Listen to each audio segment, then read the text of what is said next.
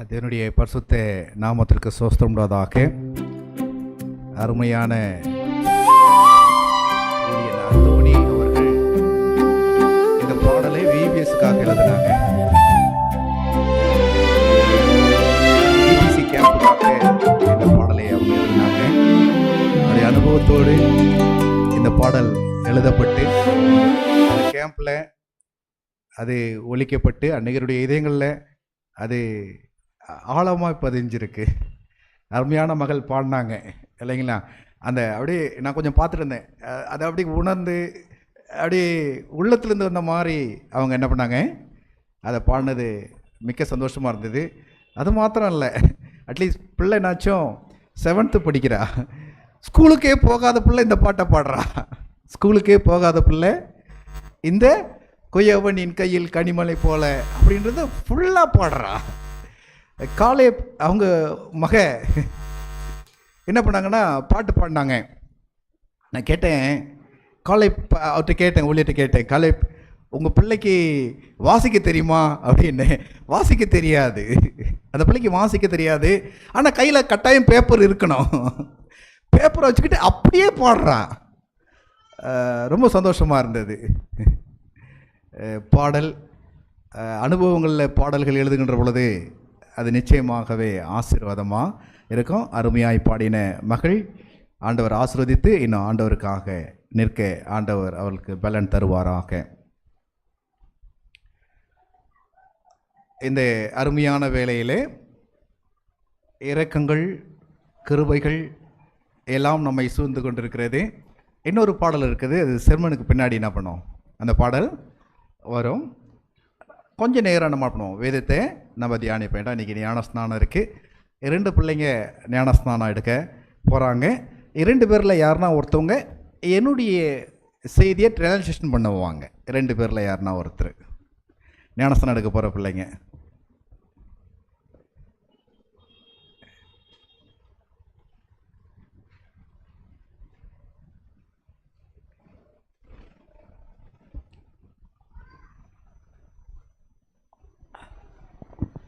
கன்னடத்தில் அவங்க ட்ரான்ஸ்லேஷன் பண்ணுவாங்க. ஒரு சந்தோஷமான ஒரு நிகழ்வு.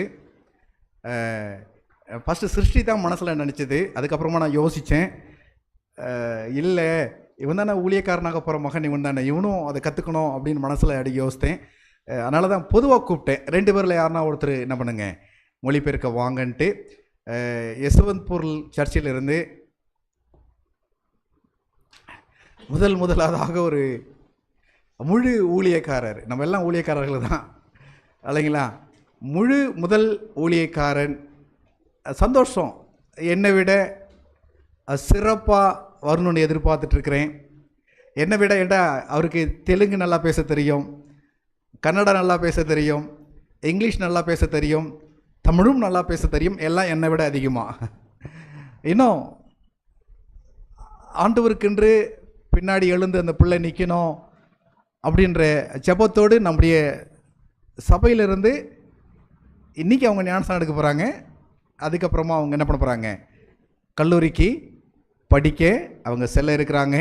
உங்களுடைய ஜெபங்களிலே அருமையான மகனை நினைத்து கொள்ளும்படியாய் அன்புடன் கேட்டுக்கொள்கிறேன். முதல் முழு பாஸ்டர் சாம்சன் அவர்களுக்கு அவர் கண்ணை மூடுவாங்க. நம்முடைய மத்தியில் இருக்கிற ஐயா சாம்சன் வந்து அவர்களுக்கு ஒரு சிறப்பாக ஒரு ஜெபம் போடுவாங்க. ஐயா சாம்சனீஸ் அவங்க அருமையான சாம்சன் அவங்களுக்காக ஒரு ஜெபம் செய்வார்கள். பின்பாக நம்ம தேவனுடைய செய்திக்குள்ளாய் நாம் கடந்து செல்வோம்.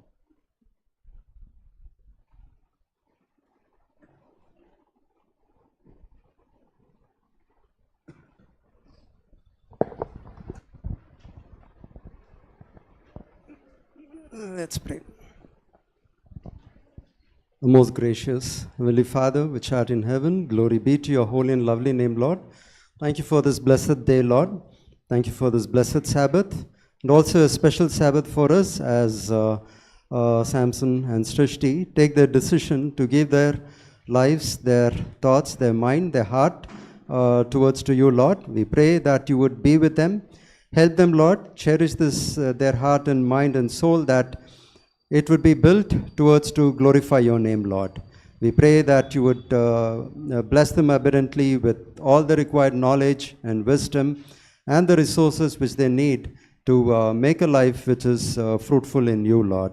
Bless Samson also abundantly, Lord, as he decides to be your servant, Lord. We pray that you would be with him in all his studies, in his travels, and in his plans, Lord. Be with him, that he would get favor in not only in front of you, Lord, but also in front of all the teachers, the staff, the students, and all the people in the college which he is going to study, Lord. Be with him and bless him, Lord. And Lord, as he studies, we pray that special anointing would be with him, Lord, that may the Holy Spirit teach him the truth in the way which he has to learn and in the way which he has to share, Lord. Bless him abundantly, Lord. May your mighty hand be upon him and upon his family members, Lord. Thank you for everything, Lord. We have these few blessings and mercy in the name of our mighty Lord and Savior, Jesus Christ. Amen.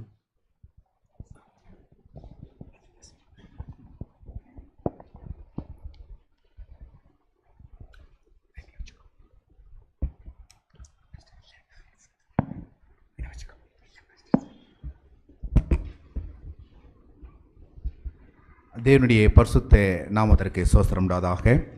ದೇವರ ಪರಿಶುದ್ಧ ನಾಮಕ್ಕೆ ಸ್ತೋತ್ರ ಉಂಟಾಗಲಿ. Okay, இம்மட்டுமாய் நம்மை பாதுகாத்த தகப்பன் தொடர்ந்து நம்மை பாதுகாத்து கொண்டிருக்கிறார். ಇದುವರೆಗೂ ನಮ್ಮನ್ನು ಕಾಪಾಡಿದ ದೇವರು ಇನಿಮೇಲೂ ನಮ್ಮನ್ನು ಕಾಪಾಡಲಿದ್ದಾರೆ. விசேஷமாக ஞானஸ்நானம் எடுக்கப் போகிற பிள்ளைகளுக்கான சில அறிவுரைகளை கொடுக்க ஒரு விருப்பம். ಇವತ್ತು ವಿಶೇಷವಾಗಿ ಜ್ಞಾನಸ್ಥಾನ ತಗೊಳ್ಳಿರುವವರಿಗಾಗಿ ನಾನು ಈ ಪ್ರಸಂಗವನ್ನು ಸಿದ್ಧಪಡಿಸಿದ್ದೇನೆ. நாளைய தினத்தில் ஒரு இல்லம் திறக்க இருக்கிறது, அந்த பிள்ளைகளுக்கான ஒரு ஆலோசனை. ನಾಳೆ ದಿವಸ ಇನ್ನೊಂದು ಮನೆ ಓಪನಿಂಗ್ ಸೆರೆಮನಿ ಇದೆ, ಅದಕ್ಕಾಗಿಯೂ ನಾನು ಸೇರಿಸಿ ಮಾತಾಡಲಿದ್ದೇನೆ. இன்னொன்று, ஞானஸ்நானம் எடுக்க போகின்ற மகன் ஒரு ஊழியக்காரன் என்பதற்காக அவருக்கு ஏதுவான ஒரு ஆலோசனைகள். ಇನ್ನೊಂದು ಏನಂದರೆ ಜ್ಞಾನಸ್ಥಾನ ತಗೊಳ್ಳುವ ಮಗನು ಬಂದು ಅವನು ಸೇವೆಗಾಗಿ ಓದಲಿರುವಾಗ ಅವನಿಗಾಗಿಯೂ ಸೇರಿಸಿ ನಾನು ಆಯ್ಕೆ ಮಾಡಿದ್ದೇನೆ. ஓகே, 1 தீமோத்தேயு 6வது அதிகாரம் 8வது வசனம். ತಿಮೋಥೆ ಬರೆದ ಪುಸ್ತಕ 1ನೇ ತಿಮೋಥೆಯು 6ನೇ ಅಧ್ಯಾಯ 8ನೇ ವಚನ.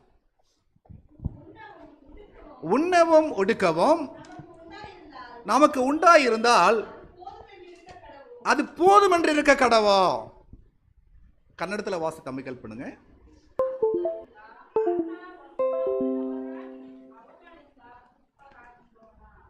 அப்ப வேதம் சொல்லுது, தீமோத்தேயுக்கு பவுல் அப்போஸ்தலன் எழுதுறாரு. ಈ ವಚನ ಬಂದು ತಿಮೋಥೆ ಬಂದು ಪೌಲ ಅಪೊಸ್ತಲರಿಗೆ ಬರೆದಿದ್ದ ಪತ್ರಿಕೆ. அந்த தீமோத்தேயு யார் என்று நமக்கு தெரிஞ்சிச்சுன்னா, இல்லை அவருக்கு ஆலோசனை பண்ணுகிறவர் யார் என்று நமக்கு தெரிஞ்சிச்சுன்னா இன்னும் சந்தோஷமா இருக்கும்.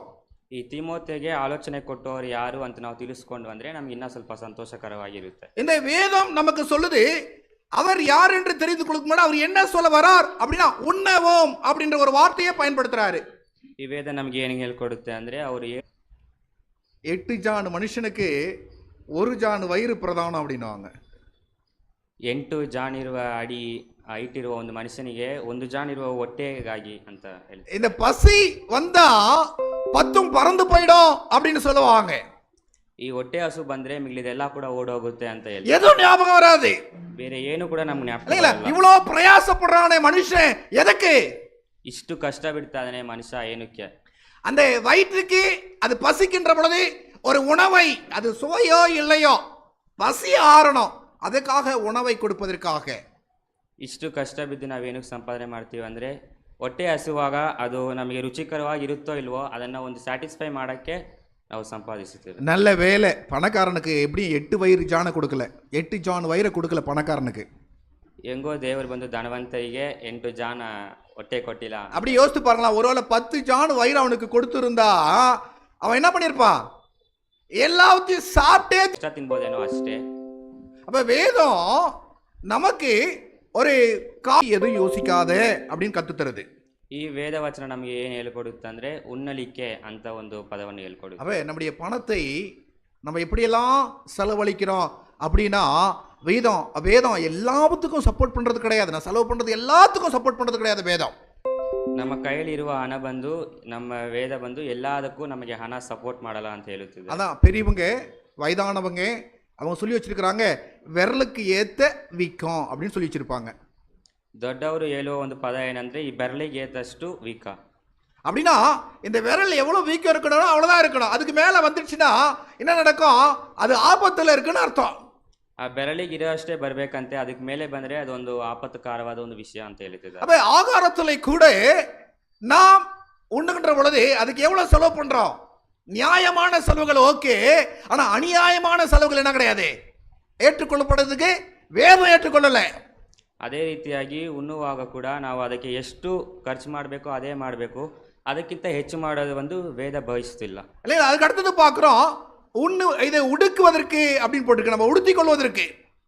ನೆಕ್ಸ್ಟ್ ಏನು ಹೇಳುತ್ತಿದೆ ಅಂದ್ರೆ ನಾವು ನಮ್ಮ ಮಟ್ಟೆ ಮೇಲೆ ಧರಿಸ್ಕೊಳ್ಳಿಕ್ಕೆ ಬಟ್ಟೆ ಬಗ್ಗೆ ಹೇಳುತ್ತಿದೆ. இல்ல, ஒரு மனுஷன் எதற்காக ஆடை அணிகிறான்?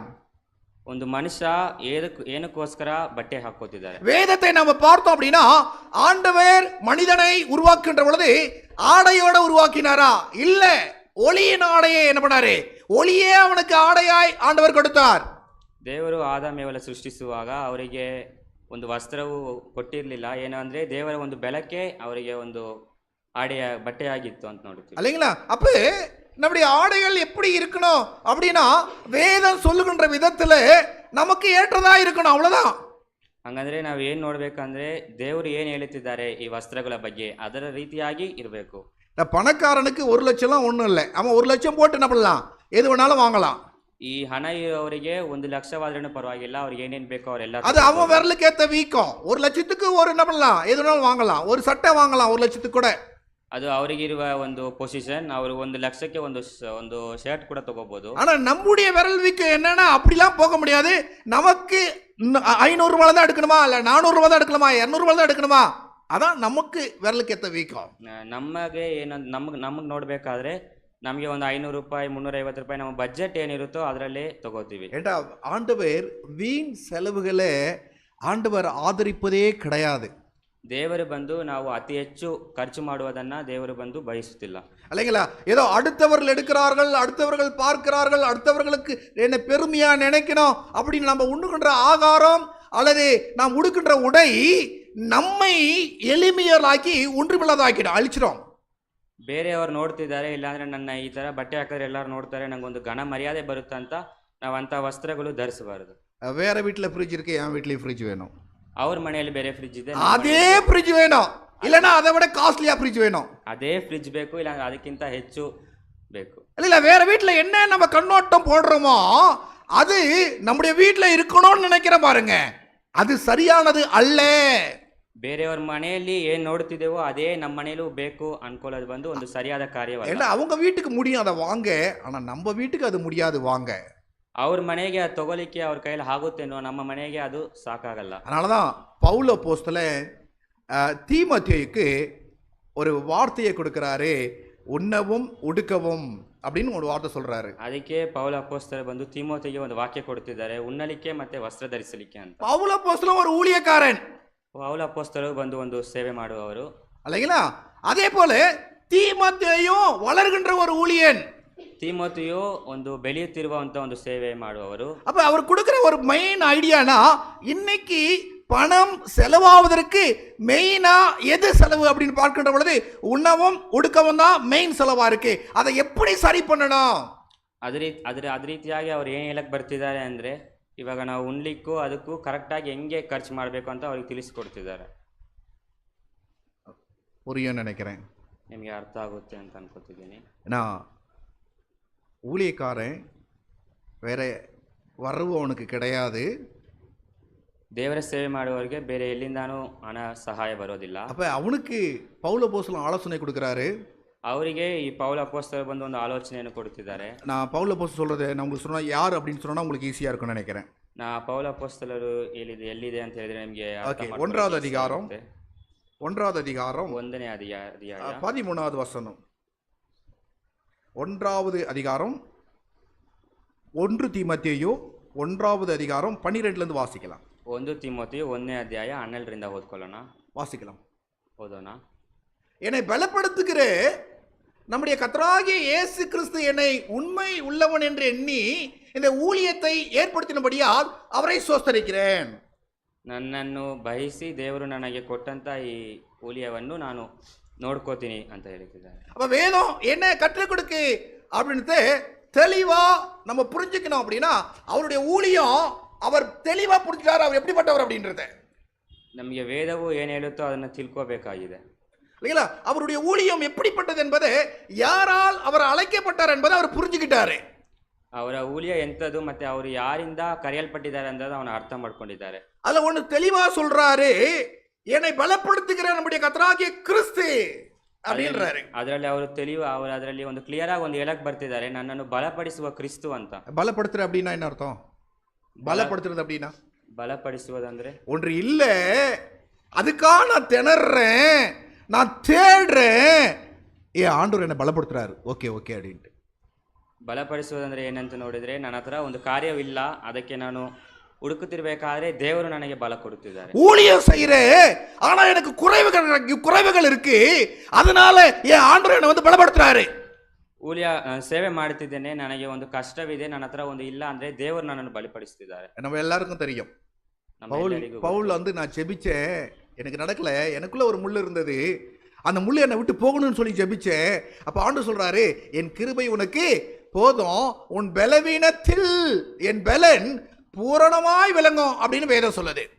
ಪೌಲಪೋಸ್ತರು ಒಂದು ಸರಿ ಪ್ರಾರ್ಥನೆ ಮಾಡಬೇಕಾದ್ರೆ, ನನ್ನ ಒಳಗೆ ಒಂದು ಮುಳ್ಳು ಇದೆ, ಅದನ್ನು ಎತ್ತಾಕಿ ಅಂತ ಪ್ರಾರ್ಥನೆ ಮಾಡಬೇಕಾದ್ರೆ ದೇವರು ನನ್ನ ಕೃಪೆಯು ನಿನಗೆ ಸಾಕು, ನಾನು ನಿನ್ನನ್ನು ಬಲಪಡಿಸ್ತೇನೆ ಅಂತ ಹೇಳಿ. அப்ப ஊழியக்காரன் என்கின்ற பொழுது இது பலவீனம் அப்படின்னா மாமிச பிரகாரமான பலவீனத்தை மாத்திரம் நினைச்சிடாதீங்க. அடுத்தவங்க சாப்பிடுவாங்க, நீ அதை பார்க்கணும். அடுத்தவங்க ஜாலியா இருப்பாங்க, அதை நீ பார்க்கணும். அடுத்தவங்க ஐஸ்வர்யமா இருப்பாங்க, அதை நீ பார்க்கணும். பார்க்கத்தான் உனக்கு அதிகாரம் அப்படின்னா அதிலும் என்ன பண்ணணும்? பலனை வாங்கிக்காவும்.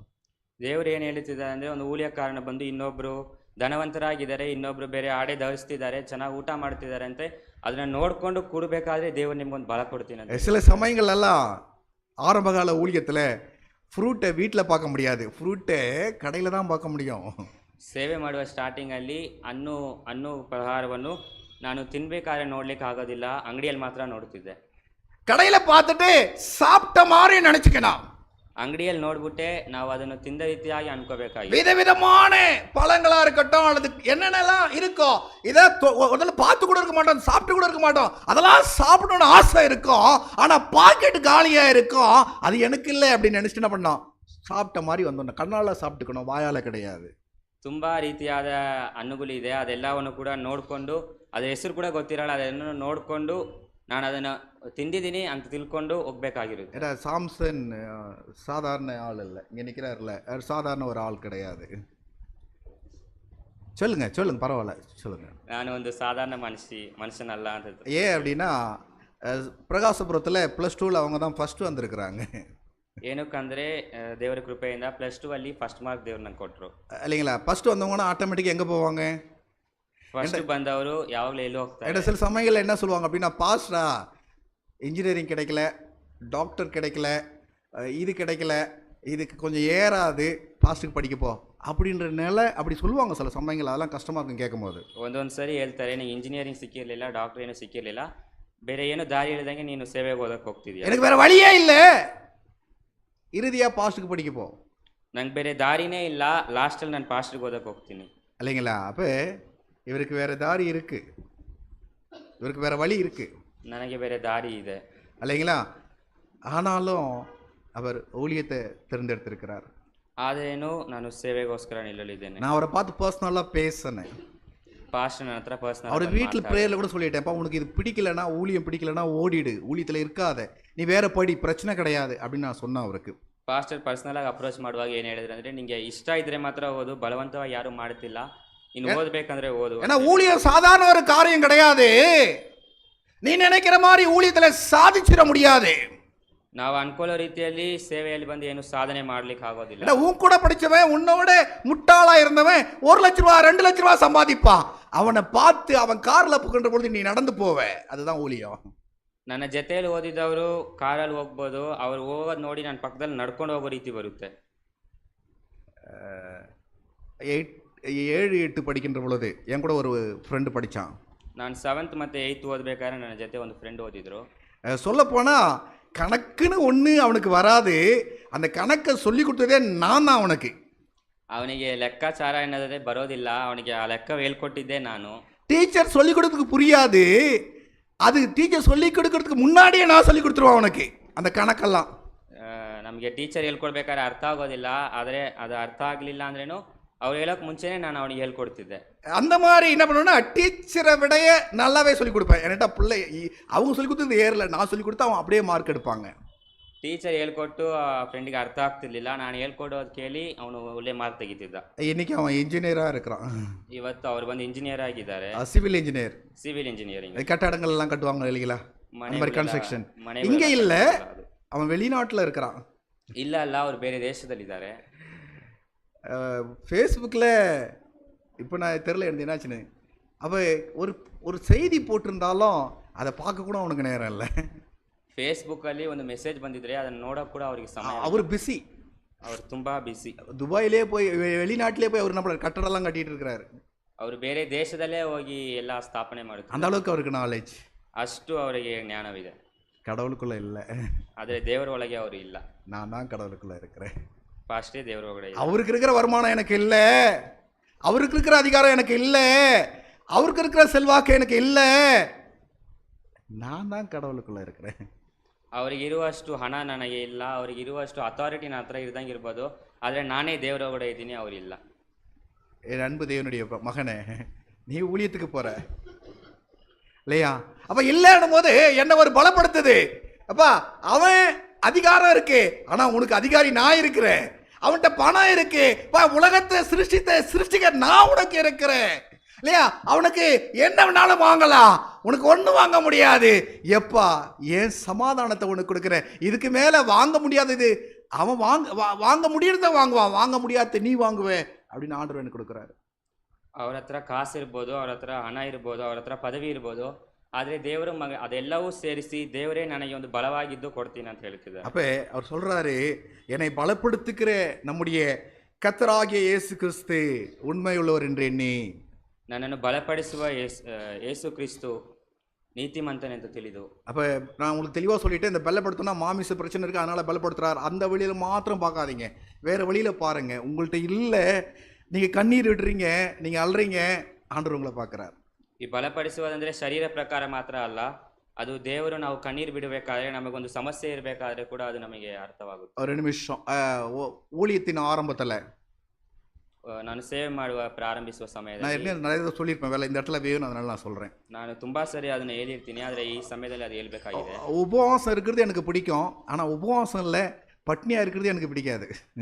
ಉಪವಾಸ ಇರೋದು ನನಗೆ ಇಷ್ಟ, ಆದರೆ ನನಗೆ ಆಹಾರ ಇಲ್ಲದಂಗೆ ಇರುವುದು ನನಗೆ ಇಷ್ಟ. உபவாசம் இருந்துட்டுனா எனக்கு பசி எடுக்காது, அல்லது எனக்கு அதை இருந்துருவேன், நாள் கணக்கில் இருந்துருவேன், எனக்கு ஒன்றும் பிரச்சனை இல்லை. ಉಪವಾಸ ಇರಬೇಕಾದ್ರೆ ನನಗೆ ಆ ಹೊಟ್ಟೆ ಹಸು ಕಾಣಿಸಲ್ಲ, ಎಷ್ಟು ದಿವಸ ಬೇಕಾದ್ರೆ ಇರ್ತೀನಿ. ஆனால் இது உபவாசம் இல்லை, இது பசி. ಆದರೆ ಅದು ಉಪವಾಸವಿಲ್ಲ, ಅದು ಹಸು. ஊழியத்தின் ஆரம்ப காலகட்டத்தில் என்ன பண்ணுறேன்னா, உடல்நிலை சரியில்லை, டைஃபாய்டு வேறு அட்டாக் ஆகிருக்கு, பசி. ஊழியத்துக்கு வந்திருக்கிறேன் பெங்களூருக்கு. ನನಗೆ ಸೇವೆ ಮಾಡುವ ಪ್ರಾರಂಭದಲ್ಲಿ ನನಗೆ ಟೈಫಾಯ್ಡ್ ಇದೆ, ನನಗೆ ಹುಷಾರಿಲ್ಲ, ಸೇವೆ ಮಾಡಲಿಕ್ಕೆ ಬೆಂಗಳೂರಿಗೆ ಬಂದಿದ್ದೀನಿ. வெள்ளிக்கிழமை முழுதும் பட்னி, ಥರ್ಸ್ಡೇ ಫುಲ್ಲು ನಾನು ತಿನ್ನಲಿಲ್ಲ. ஃபாஸ்டிங் இல்லை, பட்னி. ಫಾಸ್ಟಿಂಗ್ ಅಲ್ಲ, ನನಗೆ ಉಣ್ಲಿಕ್ಕೇನು ಇರಲಿಲ್ಲ, உடல் சரியில்லை, ನನಗೆ ಹುಷಾರು ಬೇರೆ ಇಲ್ಲ. இல்லைங்களா? சனிக்கிழமை சர்ச்சை நடத்தணும், சர்ச்சை நடத்தி முடிச்சாச்சு, அன்றைக்கி ஃபுல்லாக ஊழியத்துக்கும் போயாச்சு, பட்னி, ஒன்றும் சாப்பிடல. ಸ್ಯಾಟರ್ಡೇ ಚರ್ಚಲ್ಲಿ ನಾನೇ ನಡೆಸಬೇಕಾಗಿರೋದ್ರಿಂದ ಅವತ್ತು ನಾನೇನು ತಿನ್ನಲಿಲ್ಲ, ಅವತ್ತು ನಡಿಬೇಕಾಗಿರೋ ಸೇವೆ ಅವತ್ತು ಬೇಗ. ஃபாஸ்டிங் இல்லை, பட்டினி. ಫಾಸ್ಟಿಂಗ್ ಅಲ್ಲ, ನನ್ನ ತಿನ್ನಕ್ಕೆ ಏನು ಇರಲಿಲ್ಲ. ஞாயிற்றுக்கிழமை அடுத்த நாள் ஞாயிற்றுக்கிழமை வருது, காலையில் எழுந்திருக்கிறேன், பட்டினி, ஃபாஸ்டிங் இல்லை. ನೆಕ್ಸ್ಟ್ ದಿವಸ ಸಂಡೇ ಬೆಳಿಗ್ಗೆ ಎದ್ದೊಳ್ತಿದ್ದೀನಿ, ಅವಾಗಲೂ ನಾನು ಫಾಸ್ಟಿಂಗ್ ಇರಲಿಲ್ಲ, ನನಗೆ ಉಣ್ಣಕ್ಕೇನು ஏன்னா ஃபாஸ்டிங் தான் இருந்துருவேன், ಫಾಸ್ಟಿಂಗ್ ಇರಬೇಕಾದ್ರೆ உடல்நிலை சரியில்லை. ನನಗೆ ಹುಷಾರು ಬೇರೆ ಇಲ್ಲ. கேட்கலாம், என்னப்பா கடை இல்லையா வாங்கி சாப்பிடாத, டைஃபாய்டு கடையில் வாங்கி சாப்பிட முடியாது. ಅಂಗಡಿ ಇದೆಯಲ್ಲ, ಅಲ್ಲಿ ತಗೊಂಡು ತಿನ್ಬೋದು ಅಂತ ಕೇಳ್ಬೋದು, ಆದರೆ ಟೈಫಾಯ್ಡ್ ಇರೋದ್ರಿಂದ ಆಗಲಿಲ್ಲ. புதுசு விசுவாசிகள் பழக்கம் கிடையாது. ಹೊಸಬ್ರಿಂದರಿಂದ ನನಗೆ ವಿಶ್ವಾಸಿಗಳು இல்லை பார்க்கறதுக்கு என்னன்னு தெரியல, அட்ராக்ஷனா இல்லையா, கருப்பாக்கிறதுனால ஒரு அட்ராக்ஷனா இல்லையான்னு தெரியல. ನೋಡ್ಲಿಕ್ಕೆ ಬ್ಲ್ಯಾಕ್ ಆಗಿರೋದ್ರಿಂದ ಅಟ್ರಾಕ್ಷನ್ ಇಲ್ಲ ಅಂತ ಗೊತ್ತಿಲ್ಲ ನನಗೆ. இல்லையா? யாரும் சாப்பிடுங்கன்னு கூட என்ன பண்ணல, யாரும் சொல்லலை. ಉಣ್ಣಿ ಅಂತ ಕೂಡ ನನ್ನ ಹತ್ರ ಬಂದು ಯಾರೂ ಹೇಳಿರಲಿಲ್ಲ. அப்போ ஒரே வழி என்ன அப்படின்னா, கடையில் வாங்கி சாப்பிட முடியாது. அப்போ காலையில் எழுந்தேன், ஆண்டவரே 3 நாளுக்கு மேலே கடந்துட்டேன், இது 3வது நாளோ 3 நாள் மேலே என்ன வேலை கிளம்பி என்ன ட்ராவல் கீவல் சாப்பிடல, அதுக்கு அடுத்த நாள் பட்னி, அதுக்கு அடுத்த நாளும் அப்படின்னு ஆயிடுச்சு, எனக்கு புரியல அப்படின்னு காலையில் எழுந்தேன். ನಾನು ಸಂಡೇ ಬೆಳಿಗ್ಗೆ ಎದ್ದೇಳಬೇಕಾದ್ರೆ ದೇವರೇ 3-4 ದಿವಸ ಆಗ್ತಿದೆ, ನನ್ನ ಕೈಯಲ್ಲಿ ಉಣ್ಲಿಕ್ಕೇನೂ ಇಲ್ಲ ಅಂತ ಪ್ರಾರ್ಥಿಸುತ್ತಿದ್ದೆ. அப்போ முட்டி போட்டேன், ನಾನು ಮೊಣಗಾಲು ಹಾಕಿದ್ದೆ. வயிறு பசிக்கு முட்டி போட்டேன், ஜெபம் பண்ணிட்டேன். ஜெபம் எண்டில் அழுகையாக வந்தது. ಹೊಟ್ಟೆ ಹಸುವಾಗಿದೆ, ಆದ್ರೂ ಮುಟ್ಟಿ ಕಾಲು ಹಾಕಿ ನಾನು ಪ್ರಾರ್ಥಿಸುತ್ತಿದ್ದೆ. ಪ್ರಾರ್ಥನೆ ಮುಗಿಯುವಾಗ ನನಗೆ ಕಣ್ಣೀರು ಬಂತು. அழுகை, ಕಣ್ಣೀರು, பசி, அழுகை, பாஸ்டிங் அழுகை இல்லை. ಹೊಟ್ಟೆ ಹಸು ಅಲು ஐயோ இந்த விசுவாசி கஷ்டப்படுறாங்க, அந்த விசுவாசி கஷ்டப்படுறாங்க, அதுக்கான அழுகை வரல. என் வயிறு எனக்கு பசிக்கு எனக்கு அழுகை வருது. ಈ ವಿಶ್ವಾಸಿಗೆ ಒಂದು ಕಷ್ಟ ಇದೆ, ಆ ವಿಶ್ವಾಸಿಗೆ ಒಂದು ಕಷ್ಟ ಇದೆ ಅಂತ ನಂಗೆ ಅಳುವು ಬಂದಿರಲಿಲ್ಲ. இல்லையா? ಹೊಟ್ಟೆ ಹಸು ಆಗುತ್ತಿತ್ತು, ಅದಕ್ಕೆ எனக்கு ஃப்ரிட்ஜை கொடுங்க, எனக்கு எதை கொடுங்க அப்படின்னு அழுகை கிடையாது. ஐயா ஒருவேளை சோறை கொடுங்கன்னு அழுகை. ನನಗೆ ಫ್ರಿಜ್ ಕೊಡಿ, ಅದು ಕೊಡಿ, ಇದು ಕೊಡಿ ಅಂತಲ್ಲ, ನನಗೆ ಒಂದು ಸಮಯದಲ್ಲಿ ಊಟ ಕೊಡಿ ಅಂತ ಅಳು. அப்போ ஸ்டவ்வும் கிடையாது, ಆಗ ಸ್ಟವ್ವು ಇರಲಿಲ್ಲ, அரிசியும் கிடையாது, ಅಕ್ಕಿಯೂ ಇರಲಿಲ್ಲ, அந்த சமைக்கிறதுக்கான பாத்திரமும் கிடையாது. ಅದು ನಾನು ಪ್ರಿಪೇರ್ ಮಾಡ್ಲಿಕ್ಕೆ ಪಾತ್ರೆ ಕೂಡ கல்யாணம் ஆகலைங்க. ಆಗ ನಂಗೆ ಇನ್ನೂ ಮದುವೆ ಕೂಡ ಆಗಿರಲಿಲ್ಲ. இல்லையா? இருந்தது ஒரு பாய், ஒரு குடம், குடத்தில் தண்ணீர், அதுக்கு மேலே ஒரு கிளாஸ், அவ்வளோதான். ನನ್ನ ಹತ್ರ ಇದ್ದಿದ್ದು ಕೆಳಗಡೆ ಹಾಕಿ ಮಲಗಲಿಕ್ಕೆ ಒಂದು ಪಾಯಿ, ಆಮೇಲೆ ಒಂದು ಚೊಂಬು, ಅಷ್ಟೇ. அப்போ என்ன எடுத்தோன்னா, ஆண்டவரே அந்த குடத்தில் இருக்கிற தண்ணியை குடிச்சிட்டு நான் வீட்டில் இல்லை, எனக்கு உடம்பு நல்லா இருக்கோ இல்லையா அதை பற்றி எனக்கு கவலை கிடையாது, நான் ஊழியத்துக்கு போகணும் அப்படின்னு ப்ரேயர் பண்ணுறேன். ನನಗೆ ಆವಾಗ ನನ್ನ ಪ್ರಾರ್ಥನೆ ಏನಿತ್ತಂದರೆ, ಆ ಕೊಡದಲ್ಲಿ ಇರುವ ನೀರು ಕುಡಿದು ನನಗೆ ಉಣ್ಲಿಕ್ಕೆ ಇದೆಯೋ ಇಲ್ವೋ ನಾನು ಸೇವೆಗೆ ಹೋಗಬೇಕು.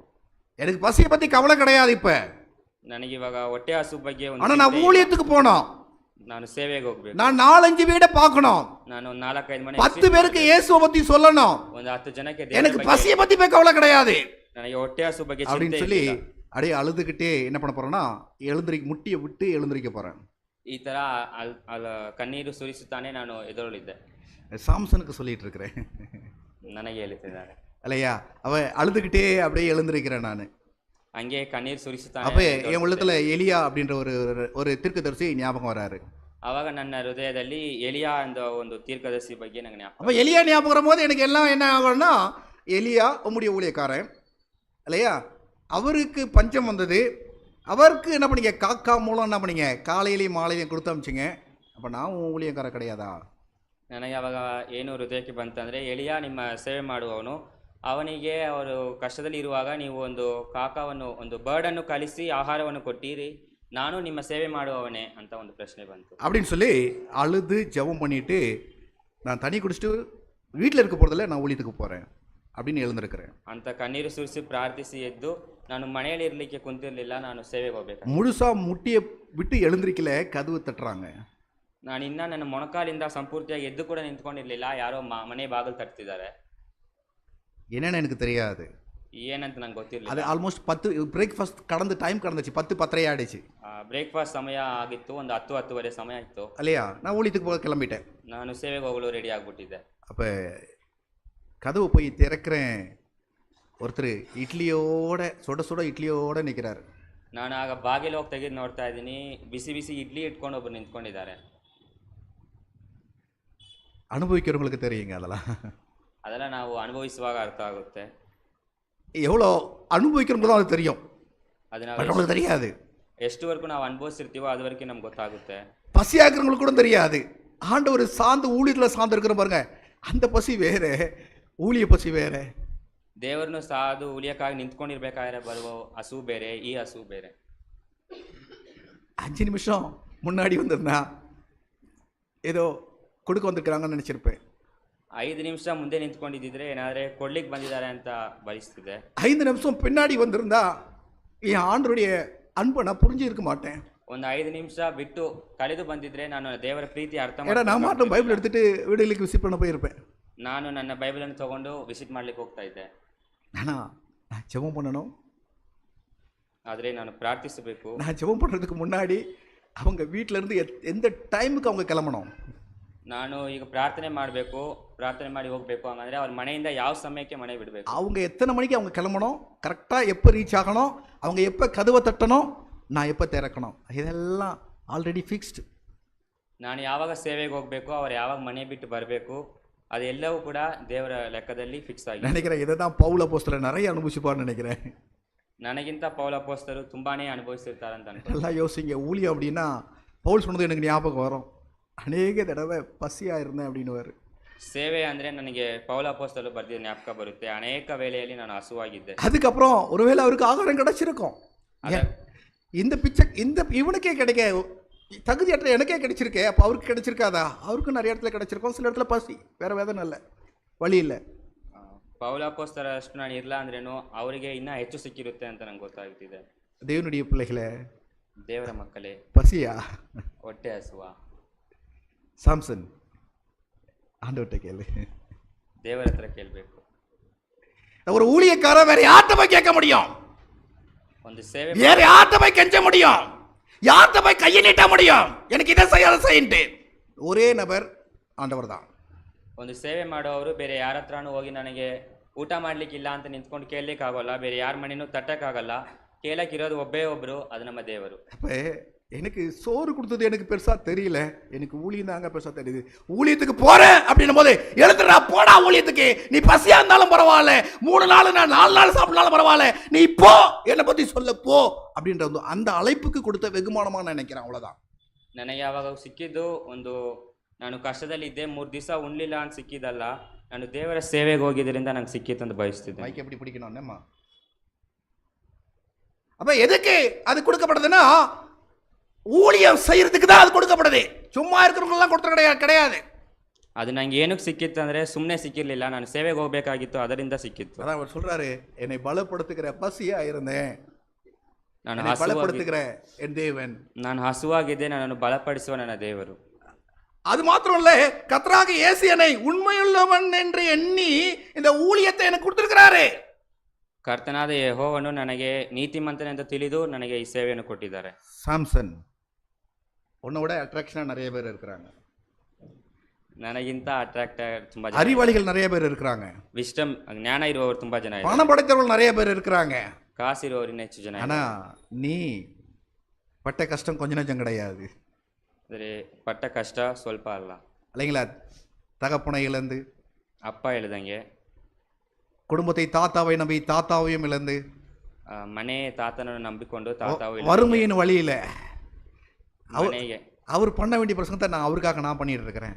ನಾನು ಮಾಡಬೇಕಾಗಿರೋ ಪ್ರಸಂಗವನ್ನು ಪಾಸ್ಟ್ ನನಗೋಸ್ಕರ ஆனா ஆண்டவர் உன்னை தெரிஞ்சிருக்கிறாருப்பா. ಆದರೆ ದೇವರು ನನ್ನನ್ನು ತಿಳ್ಕೊಂಡಿದ್ದಾರೆ. ஏன் தேவர் தெரிஞ்சாலும் எனக்கு தெரியாது, எல்லாத்தையும் கொடுத்துட்டு உன்னை தெரிஞ்சுக்கல, நீ இயலாமையில ஒன்றும் இல்லாமையில ஆண்டவர் உன்னை தெரிஞ்சிருக்கிறாரு. ஏன் அப்படின்னா நீ உண்மையா இருப்பே அப்படின்னு நினைச்சு ஆண்டவர் உன்னை ஊழியத்துக்கு தெரிஞ்சு வச்சிருக்கிறாரு. ಏನು ಇಲ್ಲದಂಗಿರೋ ನನ್ನನ್ನು ದೇವರು ಕರೆಯೋದು ಬಂದು, ದೇವರು ಎಲ್ಲ ಇರುವವ್ರನ್ನ ಕರೆದಿಲ್ಲ, ಏನು ಇಲ್ಲದಂಗಿರೋ ನನ್ನನ್ನು ಕರೆದಿದ್ದಾರೆ, ದೇವರು ಕರೆದಿದ್ದಾರೆ ಅಂತ ಹೇಳ್ತಿದ್ದೆ. ஆண்டவர் என்ன பண்ணா, இந்த ஊழியத்திற்கு ஏற்படுத்தினபடியால் ದೇವರು ಸೇವೆಗೋಸ್ಕರ ಆಯತ್ತ ಮಾಡೋದ್ರಿಂದ, ஊழியம் சாதாரணம் கிடையாதுங்க. ಸೇವೆ ಬಂದು ಸುಮ್ಮನೆ ಹೇಳಕ್ಕಾಗಲ್ಲ. அவர் சொல்றாரு, நான் ஆண்டவருக்கு நன்றி சொல்றேன். ಅವ್ರು ಹೇಳುತ್ತಿದ್ದಾರೆ, ನಾನು ದೇವರಿಗೆ ಸ್ತೋತ್ರವನ್ನು ಹೇಳುತ್ತೇನೆ. அப்ப ஊழியத்துக்கு அழைக்கிறது யார் தெரியுமா? ஆண்டவர் தான். ಸೇವೆಗೆ ಕರೆಯೋದು ಬೇರೆ ಯಾರು ಅಲ್ಲ, ದೇವರೇ. அதனால ஒரு ஊழியக்காரன் எப்படி இருக்கணும்னா, என்னடா சம்பளம், என்னடா எல்லாம் ஜாலியா இருக்கிறாங்க, நம்ம எப்படி இருக்கிறோம் பார் அப்படின்னு நினைக்கிறது ஊழியக்காரன் கிடையாது. ಎಲ್ಲರೂ ಸಂತೋಷವಾಗಿದ್ದಾರೆ, ಎಲ್ಲರ ಹತ್ರ ಹಣ ಇದೆ, ಇದೇನು ಸೇವೆ, ನನಗೆ ವರುಮಾನವೇ, ನನಗೆ ಕಾಸೇ ಇಲ್ವೇ ಅನ್ಕೊಳ್ಳೋದು ಒಂದು ಸೇವೆ ಅಲ್ಲ.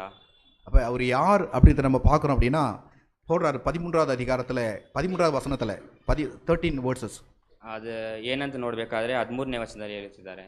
அது சொல்றாரு, முன்னே நான் தூசிக்கிறவனாகவும், ನಿನ್ನನ್ನು ನಾನು ಶಪಿಸುವವನಾಗಿಯೂ, என்னங்களா துன்பப்படுத்துகிறவனாகவும், ನಿನ್ನನ್ನು ಕಷ್ಟಪಡಿಸುವವನಾಗಿಯೂ, புரிஞ்சுதா, அப்படி இருந்தேன்.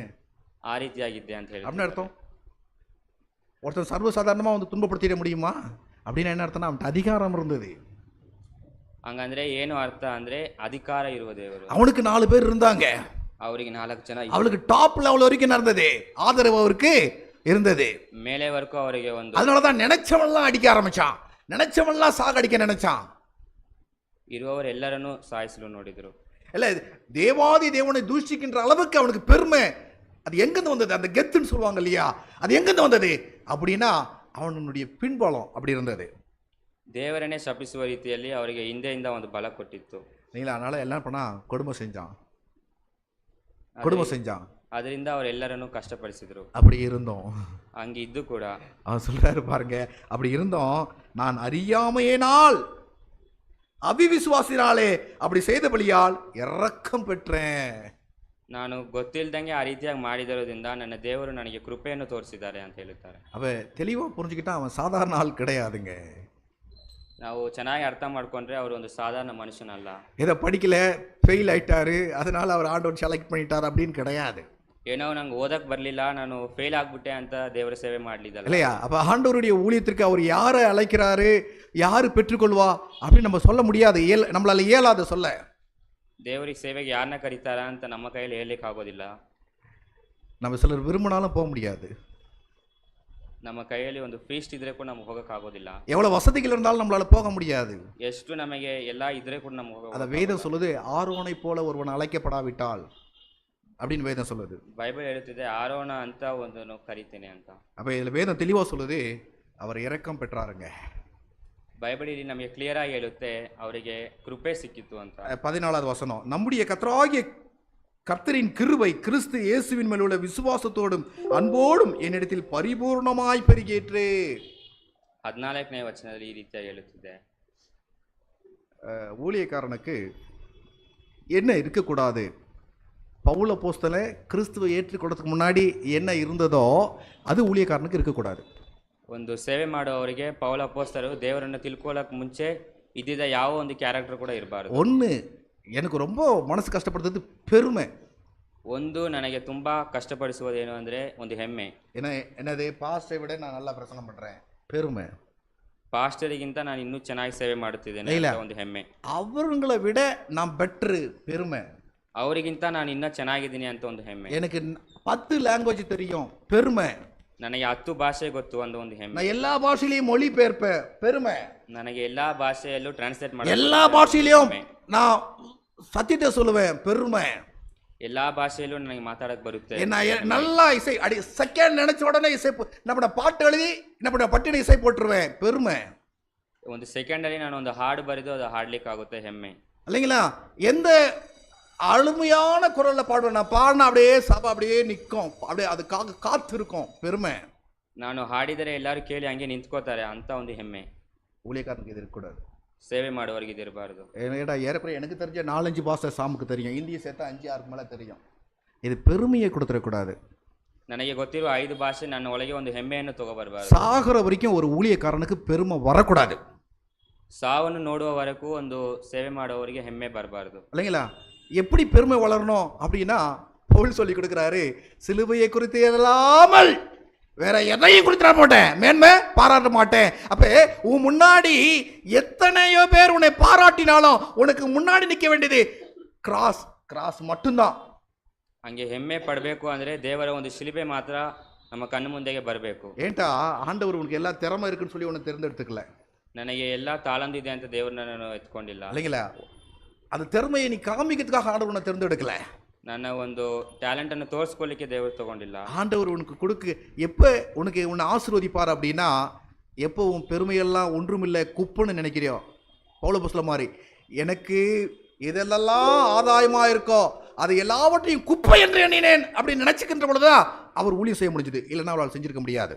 ಯಾವಾಗ ನಮಗೆ ಇರುವ ಎಲ್ಲ ಹೆಚ್ಚು ಕಾರ್ಯಗಳನ್ನು ನಾವು ಒಂದು ಕುಪ್ಪೆ, ಅದು ಒಂದು ಡಸ್ಟ್ ತರ ನೋಡ್ತೀವೋ ಆವಾಗ ದೇವರು ನಮ್ಮನ್ನು ಹೆಚ್ಚಿಸುತ್ತಾರೆ. அப்ப தெளிவா சொல்லிட்டாரு இவரு, இயேசுவின் மேல் உள்ள விசுவாசத்தோடும் அன்போடும் என்னிடத்தில் பரிபூர்ணம். அது அவர்கிட்ட இப்போ இருக்கிறது என்ன தெரியுமா? இயேசு அன்பு, விசுவாசம். இதை விட்டு அவர்கிட்ட வேற எதுவும் கிடையாது. ಇವಾಗ ಪೌಲ ಅಪೊಸ್ತಲರ ಹತ್ರ ಇರೋದು ದೇವರ ಒಂದು ಪ್ರೀತಿ ಮತ್ತೆ ಅವರ ಅನ್ಯೋನ್ಯ. இல்லைங்களா?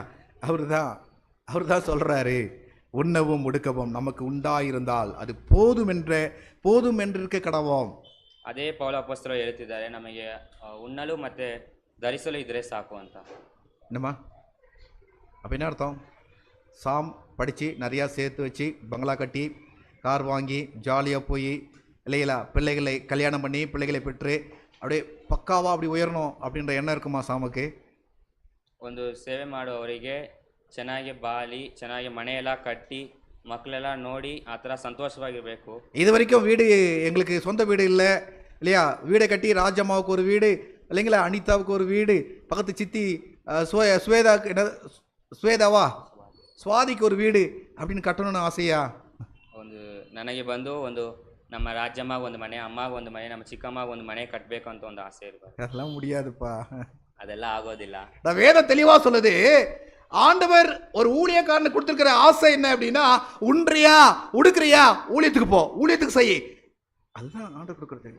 ಆದರೆ ಸೇವೆ ಮಾಡೋರಿಗೆ ದೇವರು ಏನು ಹೇಳ್ತಿದ್ದಾರೆ ಅಂದರೆ, ನಿಂಗೆ ಉಣ್ಲಿಕ್ಕಿದೆಯಾ, ಧರಿಸಲಿಕ್ಕೆ ಬಟ್ಟೆ ಇದೆಯಾ, ಅದು ಮಾತ್ರ ಸಾಕು ನಿನ್ನ ಸೇವೆಗೆ. அதுக்கு மேல யோசிக்கவே யோசிக்காத. ಅದಕ್ಕೆ ಮೇಲೆ ಏನು ಕೂಡ ನೀನು ತಿಳ್ಬಾರ್ದು. ஆண்டவர் கொடுப்பாருப்பா, ಮಿಗ್ಲಿದೆಲ್ಲ ದೇವ್ರು ಕೊಡ್ತಾರೆ. ஆண்டவர் கொடுப்பாரு. சொல்லுவார், நம்ம ஈஸி, நம்ம பிரசங்கத்தை ஈஸியா பண்ணிட்டு போயிடலாங்க. சேர்த்து வைக்காதே திருடன் திருடிடுவான், ஈஸியா பாடிடலாம். யாருக்கு இங்க பேங்க்ல அக்கௌண்ட்ல இல்லை, யாருக்கு பைசா இல்லை, யாரு சேர்த்து வைக்கல சொல்லுங்க? எந்த கிறிஸ்தவன் சேர்த்து வைக்கல? ಮೆಸೇಜ್ ಮಾಡಬೇಕಾದ್ರೆ ಈಸಿಯಾಗಿ ಹೇಳ್ಬೋದು, ಏನು ಸೇಲ್ಸ್ ಮಾಡಬಾರ್ದು, ಮನೆ ಕಟ್ಟಬಾರ್ದು ಅಂತ. ಇಲ್ಲಿ ಯಾರಿಗೆ ಬ್ಯಾಂಕ್ ಅಕೌಂಟ್ ಇಲ್ಲ, ಬ್ಯಾಲೆನ್ಸ್ ಇಲ್ಲ ಅಂತ ಹೇಳಕ್ಕಾಗುತ್ತೆ. அப்படி சொல்லல ஆண்டவர். ಆ ರೀತಿಯಾಗಿ ಹೇಳ್ತಿಲ್ಲ ದೇವರು. உனக்கு வேண்டியதை நான் கொடுக்குறேன், அதை வச்சுக்கோ. ನಿನಗೆ ಬೇಕಾಗಿರೋದು ನಾನು ಕೊಡ್ತೀನಿ, ಅದು ನಿನಗೆ ಸಾಕು. இல்லைங்களா? அதுக்கு மேல என்ன பண்ணாத, யோசிக்காத. ஆண்டவர்கிட்ட விட்டு ஊழியக்காரன் நான் சொல்லிட்டு இருக்கிறேன். ಅದಕ್ಕಿಂತ ಹೆಚ್ಚು ಏನು ಬಯಸಬೇಡ, ದೇವರು ನಿಂಗೆ ಕೊಡ್ತಾರೆ. ஆண்டவர் கொடுப்பார். ದೇವರು ಕೊಡ್ತಾರೆ. உனக்கு வேண்டிய இடத்த நீ உறங்கலாம், நீ வேண்டிய பொழுது நீ என்ன பண்ணலாம், சாப்பிடலாம். ஆண்டவருடைய ஊழியத்தில் நீ இருக்கும் பொழுது ஆண்டவர் அந்த குறையை உனக்கு வைக்க மாட்டார். ದೇವರ ಸೇವೆ ಮಾಡಬೇಕಾದ್ರೆ ಉಣ್ಲಿಕ್ಕೆ ಮತ್ತು ಧರಿಸಲಿಕ್ಕೆ ದೇವರು ಒಂದು ಕೊರತೆಯನ್ನು ನಂಗೆ ತೋರಿಸೋದಿಲ್ಲ. வேதம் சொல்லுது, ஒரு ஊழியக்காரனுக்கு உண்ணவும் உடுக்கவும் யார் கொடுக்குறாரா? ஆண்டவர் கொடுக்குறார். சீஷர்களை ஆண்டவர் 2 பேராக அனுப்புனார். ಬೈಬಲ್ ಹೇಳುತ್ತಿದೆ, ಮತ್ತೆ ಉಣ್ಣಲು ಮತ್ತೆ ಧರಿಸಲು ಇದ್ರೆ ಸಾಕು ಅಂತ. ಅದೇ ರೀತಿಯಾಗಿ ಬೈಬಲಲ್ಲಿ ಇಬ್ಬರು ಡಿಸೈಬಲ್ಸ್ ಇಬ್ಬರಿಬ್ಬರಾಗಿ ಕಲಿಸಿದ್ದಾರೆ. அப்படி கொடுக்கும்போது என்ன கொண்டு போனாங்க? என்ன கொண்டு போக கூட சொன்னார் ஆண்டவர். ಅವ್ರು ಹಂಗೆ ಹೋಗ್ಬೇಕಾದ್ರೆ ದೇವರ ಅವ್ರ ಹತ್ರ ಏನು ತಗೊಂಡು ಹೋಗ್ಬಾರ್ದು ಅಂತ ಹೇಳಿದ್ರು. என்ன கொண்டு போக கூட சொல்லியிருக்கிறாரு. ಏನು ತಗೊಂಡು ಹೋಗ್ಬಾರ್ದು ಅಂತ ಹೇಳಿದ್ರು. என்னங்க என்ன கொண்டு போக கூடாது? பண பை. அப்படின்னா உன் ஊழியம் பணப்பையை சார்ந்து இருக்கக்கூடாது அப்படின்னு அர்த்தம். சாம்சனுடைய ஊழியம் பணப்பையை சார்ந்து இருக்கக்கூடாது. ಡಿಸೈಬಲ್ಸ್ ನಂಗೆ ಕಲಿಸ್ಬೇಕಾದ್ರೆ ದೇವರು ಏನು ಹೇಳುತ್ತಿದ್ದಾರೆ ಅಂದ್ರೆ, ನೀನು ಹಣದ ಪೆಟ್ಟಿಯನ್ನು ತಗೊಂಡು ಹೋಗ್ಬಾರ್ದು. பணம் இல்லைனாலும் ஊழியம் நடக்கணும். ಕಾಸು ಇಲ್ಲ ಅಂದ್ರೆ ಕೂಡ ಸೇವೆ ನಡಿಬೇಕು.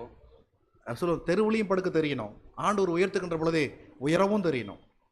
ಸ್ಟ್ರೀಟಲ್ಲಿ ಮಲಗಬೇಕಾದ್ರೆ ಮಲಗ್ಬೋದು, ದೇವರು ಹೆಚ್ಚಿಸಬೇಕಾದ್ರೆ ಹೆಚ್ಚಿಸ್ತಾರೆ. ஒரு பொழுதும் ஏண்டா இந்த ஊழியத்துக்கு வந்தேன் அப்படின்னு நினைச்சு கூட பார்க்க கூடாது. ಯಾವತ್ತೂ ಕೂಡ ಒಂದು ಸರಿ ಏನಕ್ಕೆ ಈ ಸೇವೆಗೆ ಬಂದೆ ಅಂತ ಕೂಡ ಅನ್ಕೋಬಹುದು. பவுல் அப்போஸ்தலர் எங்கேயும் நினைச்சு பார்க்குற மாதிரி எனக்கு தெரியல. ಏನಕ್ಕಂದ್ರೆ ಪೌಲ ಅಪೊಸ್ತಲರು ಎಲ್ಲಿ ಕೂಡ ಆ ರೀತಿಯಾಗಿ ಅನ್ಕೊಂಡಾಗ, பவுல் அப்போஸ்தலர் ஊழியத்துக்கு வருகின்ற பொழுது, ಪೌಲ ಅಪೊಸ್ತಲರು ಸೇವೆ ಮಾಡ್ಲಿಕ್ಕೆ ಬರ್ಬೇಕಾದ್ರೆ அவர் இருந்த நிலையெல்லாம் மாறி, ಅವ್ರು ಇದ್ದಿದ್ದ ಎಲ್ಲಾ ಪರಿಸ್ಥಿತಿಗಳು ಮಾರಿ, அவருக்கு கிடைச்சது என்ன தெரியுமா? அடியும் உதயம் தான். ಅವ್ರಿಗೆ ಇದ್ದಿದ್ದ ಎಲ್ಲಾ ಪರಿಸ್ಥಿತಿಯು ಚೇಂಜ್ ಆಗಿ ಅವ್ರಿಗೆ ಸಿಕ್ಕಿದ್ದು ಬರೀ ಒದೆ ಮಾತ್ರ. இல்லைங்களா? அதுலயும் அவர் ஊழியத்தை என்ன பண்ணாருன்னா தைரியமா எடுத்துக்கிட்டாரு. ಅದರಲ್ಲಿ ಕೂಡ ಅವರು ದೇವರ ಸೇವೆಯನ್ನು ಮಾಡಿದ್ರು. நான் ஒரு வசனம் வாசிக்கிறேன், அது எல்லாருக்கும் அப்போ இன்னும் கொஞ்சம் அவரை பற்றி நம்ம தெளிவாக தெரிஞ்சுக்கொள்ள முடியும்னு நினைக்கிறேன். ಒಂದು ವಚನವನ್ನು ಹೇಳ್ತೀನಿ, ಆಗ ನಮಗೆ ಇನ್ನೂ ಸ್ವಲ್ಪ ಸ್ಪಷ್ಟವಾಗಿ ಅರ್ಥ. அப்போ பவுல் அப்போஸ்தலனை ஆண்டவர் எதுக்கு தெரிஞ்சுக்கிட்டாரு அடுத்து நம்ப முடியாது, நம்ம தெளிவாக புரிஞ்சுக்க முடியும். ಅವಾಗ ಪೌಲ ಅಪೊಸ್ತಲರನ್ನು ದೇವರು ಏನಕ್ಕೆ ಕರ್ಕೊಂಡ್ರು ಅಂತ ನಮಗೆ ಅರ್ಥ ಆಗುತ್ತೆ. என்னோடு கூட அப்போஸ்தலர் 9:16 ಆಕ್ಟ್ಸ್ 9:11 ಎತ್ಕೊಂಡು ಓದಬೇಕಂತ ಹೇಳ್ತೇನೆ.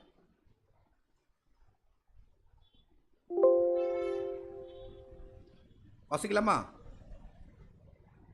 அப்போஸ்தலர் 9:15 வாசிக்கலாம். அப்புறம் 16, அதுக்கப்புறம் 15 ஃபர்ஸ்ட், அப்புறம் 16 பின்னாடி போகலாம். ஓகே, 15. அதற்கு கர்த்தர், நீ போ, அவன் புறஜாதியாருக்கும் ராஜாக்களுக்கும் இஸ்ரவேல் புத்திரருக்கும் என்னுடைய நாமத்தை அறிவிக்கத்தக்கதாக நான் தெரிந்து கொண்ட பாத்திரமாயிருக்கிறார். சந்தோஷம் இல்ல? ದೇವರ ಈ ವಚನದಲ್ಲಿ, ನೀನು ಹೋಗು, ಅನ್ಯರಿಗೆ ಮತ್ತೆ ರಾಜಗಳಿಗೆ ಮತ್ತೆ ಇಸ್ರಾಯೇಲಿಯರಿಗೆ ನಿನ್ನನ್ನು ಒಂದು ಸೇವೆ ಮಾಡಲಿಕ್ಕೆ ಎತ್ಕೊಂಡಿರೋ ಪಾತ್ರೆಯಾಗಿ ಬಯಸ್ತಿದ್ದೇನೆ. நீ கொஞ்சம் பாருங்களேன், இன்னைக்கு இப்போ ஒரு எம்பியை சந்திக்க முடியும்னா ஒரு ஊழியக்காரன், அந்த ஊழியக்காரன் எப்படி இருப்பான்? ಇವತ್ತು MP ಅನ್ನು ಹೋಗಿ ಮೀಟ್ ಮಾಡಲಿ ಅಷ್ಟು ಒಂದು ಸೇವೆ ಕಾರ್ಯ ಇದ್ನಂದ್ರೆ ஒரு முதலமைச்சரை சந்திக்கிறான், ஒரு பிரதமரை சந்திக்கிறானா, அவன் என்ன பண்ணுவான்? லெவல்லாம் பயங்கரமா இருக்கும். ஊழியக்காரன் லெவல்லே பயங்கரமா இருக்கும். ಇವಾಗ ಒಂದು ಸೇವೆ ಮಾಡುವವರು ಒಂದು ಪ್ರೈಮ್ ಮಿನಿಸ್ಟರ್ನ ಪ್ರೆಸಿಡೆಂಟ್ನ ಮೀಟ್ ಮಾಡಬೇಕಂದ್ರೆ ಅವರ ಒಂದು ಲೆವೆಲ್ ಹೆಂಗಿರುತ್ತೆ? சாதாரணமாக வேலை செய்கிற போய் பாத்திர முடியாது, ஊழியக்காரன் பாத்திர முடியாது ನಾರ್ಮಲ್ ಆಗಿರೋ ಒಂದು ಮನುಷ್ಯನ ಹೋಗಿ ನೋಡೋಕ್ಕಾಗೋದಿಲ್ಲ. இல்லைங்களா? இங்கே பவுல அப்போஸ்தலன் ஆண்டவர் சொல்றாரு, பா நீ ராஜாக்கள்கிட்ட போய் சொல்ற அளவுக்கு நான் உன்னை கொண்டு வரேன். ಇಲ್ಲಿ ದೇವರು ಪೌಲ ಅಪೊಸ್ತಲರಿಗೆ ಹೇಳ್ತಿದ್ದಾರೆ, ರಾಜರಿಗೆ ದೇವರ ವಾಕ್ಯ ಹೇಳುವ ರೀತಿಯಲ್ಲಿ ನಿನ್ನನ್ನು ನಾನು ತಯಾರುಪಡಿಸ್ತೇನೆ ಅಂತ. நான் சொல்றது உங்களுக்கு புரிஞ்சிச்சா? அப்போ அண்ணா அவனை ஊழியக்கார தரத்தை மேலே ஏற்றுறனாரா? கிடையாது. அதுக்கு அடுத்த வசனம் சொல்லுது, அடுத்து நெக்ஸ்ட் வேர்ட்ஸ், அவன் என்னுடைய நாமத்து நிமித்தம் எவ்வளவாய் பாடுபட வேண்டும் என்று நான் அவனுக்கு காண்பிப்பேன். அப்ப பாடுகள் தான் என் ஊழியக்காரனுக்கு. ಆ ದೇವರು ಏನು ಹೇಳ್ತಿದ್ದಾರೆ ಅಂದರೆ, ಎಷ್ಟು ದುಃಖ ಬಂದರೆ ಅದರ ಸಹಿಸಿಕೊಳ್ಳುವುದೇ ಒಂದು ಸೇವೆ ಅಂತ. அப்ப கொஞ்சம் நஞ்சம் கிடையாதுங்க, ಸ್ವಲ್ಪ ಅಲ್ಲ, பயங்கரமான வேதனைக்குள்ளாக அவன் கடந்து செல்லணும். ತುಂಬ ಕಷ್ಟವಾದ ಒಂದು ದುಃಖಕ್ಕೆ ಹೋಗಬೇಕಾಗುತ್ತೆ. அது எப்படி இருக்கும், அந்த பாடுகள் எப்படி இருக்கும் அப்படின்னா, ಅದು ಯಾವ ರೀತಿಯಾಗಿರುತ್ತೆ? ரோமர் 8:35. ರೋಮನ್ಸ್ 8:35. ரோமன்ஸ் 8:35. உன்னிமித்தமாய் எந்நேரமும் என்னம்மா கோட்டு ஷூட்டு டையெல்லாம் போட்டு வந்துட்டா உடனே சலீட் அடிச்சு ஸ்தோத்திரம் பாஸ்டர் அப்படின்னு சொல்ற கூட்டம் நம்ம மக்கள் கூட்டம் கிடையாது. ಕೋಟು ಸುಟ್ಟು ಟೈ ಹಾಕೋ ಬಂದರೆ ಸ್ತೋತ್ರ ಅಂತ ಹೇಳುವವರು ನಮ್ಮ ಮಕ್ಕಳಲ್ಲ. இல்லை, மற்ற சபைகளில் ஒரு ஊழியக்காரனுக்கு கிடைக்கிற மரியாதை கிடைக்கும்னு நினைச்சின்னா ஏமாந்து போயிடுவேன். ಬೇರೆ ಸಭೆಯಲ್ಲಿ ಸಿಕ್ಕುವ ಒಂದು ಮರ್ಯಾದೆ ಒಂದು ಸೇವೆ ಮಾಡೋರು ಸಿಕ್ಕುತ್ತೆ ಅಂತ ನೀನು ತಿಳ್ಕೊಂಡ್ರೆ ಅದು ನೀನೇ ಯಾಮಾರಿಸ್ಕೊಳ್ಳೋ ರೀತಿ. ஏமாந்து போயிடுவேன், ಯಾಮಾರ್ಬಿಡ್ತೀನಿ. அதான் வேதம் என்ன சொல்லுது அப்படின்னா, உனக்கு மரியாதை கிடைக்காது. ಅದಕ್ಕೆ ವೇದವೇನು ಹೇಳ್ತಿದೆ, இல்லைங்களா? ಮರ್ಯಾದೆ ಸಿಕ್ಕೋದಿಲ್ಲ. இல்லைங்களா? ரெண்டாவது, உனக்கு அங்கீகாரமும் கிடைக்காது. அங்கீகாரம் ನಂಗೆ ಒಂದು ಅಥಾರಿಟಿನೂ ಸಿಕ್ಕೋದಿಲ್ಲ. இல்லைங்களா? எங்கள் வேதம் சொல்லுது, பவுல் அப்போஸ்தலனுக்கு அதெல்லாம் கிடைக்கலங்க. ಪೌಲ ಅಪೊಸ್ತಲರಿಗೆ அது ಯಾವುದು அவருக்கு கிடைச்சுனா தெரியுமா?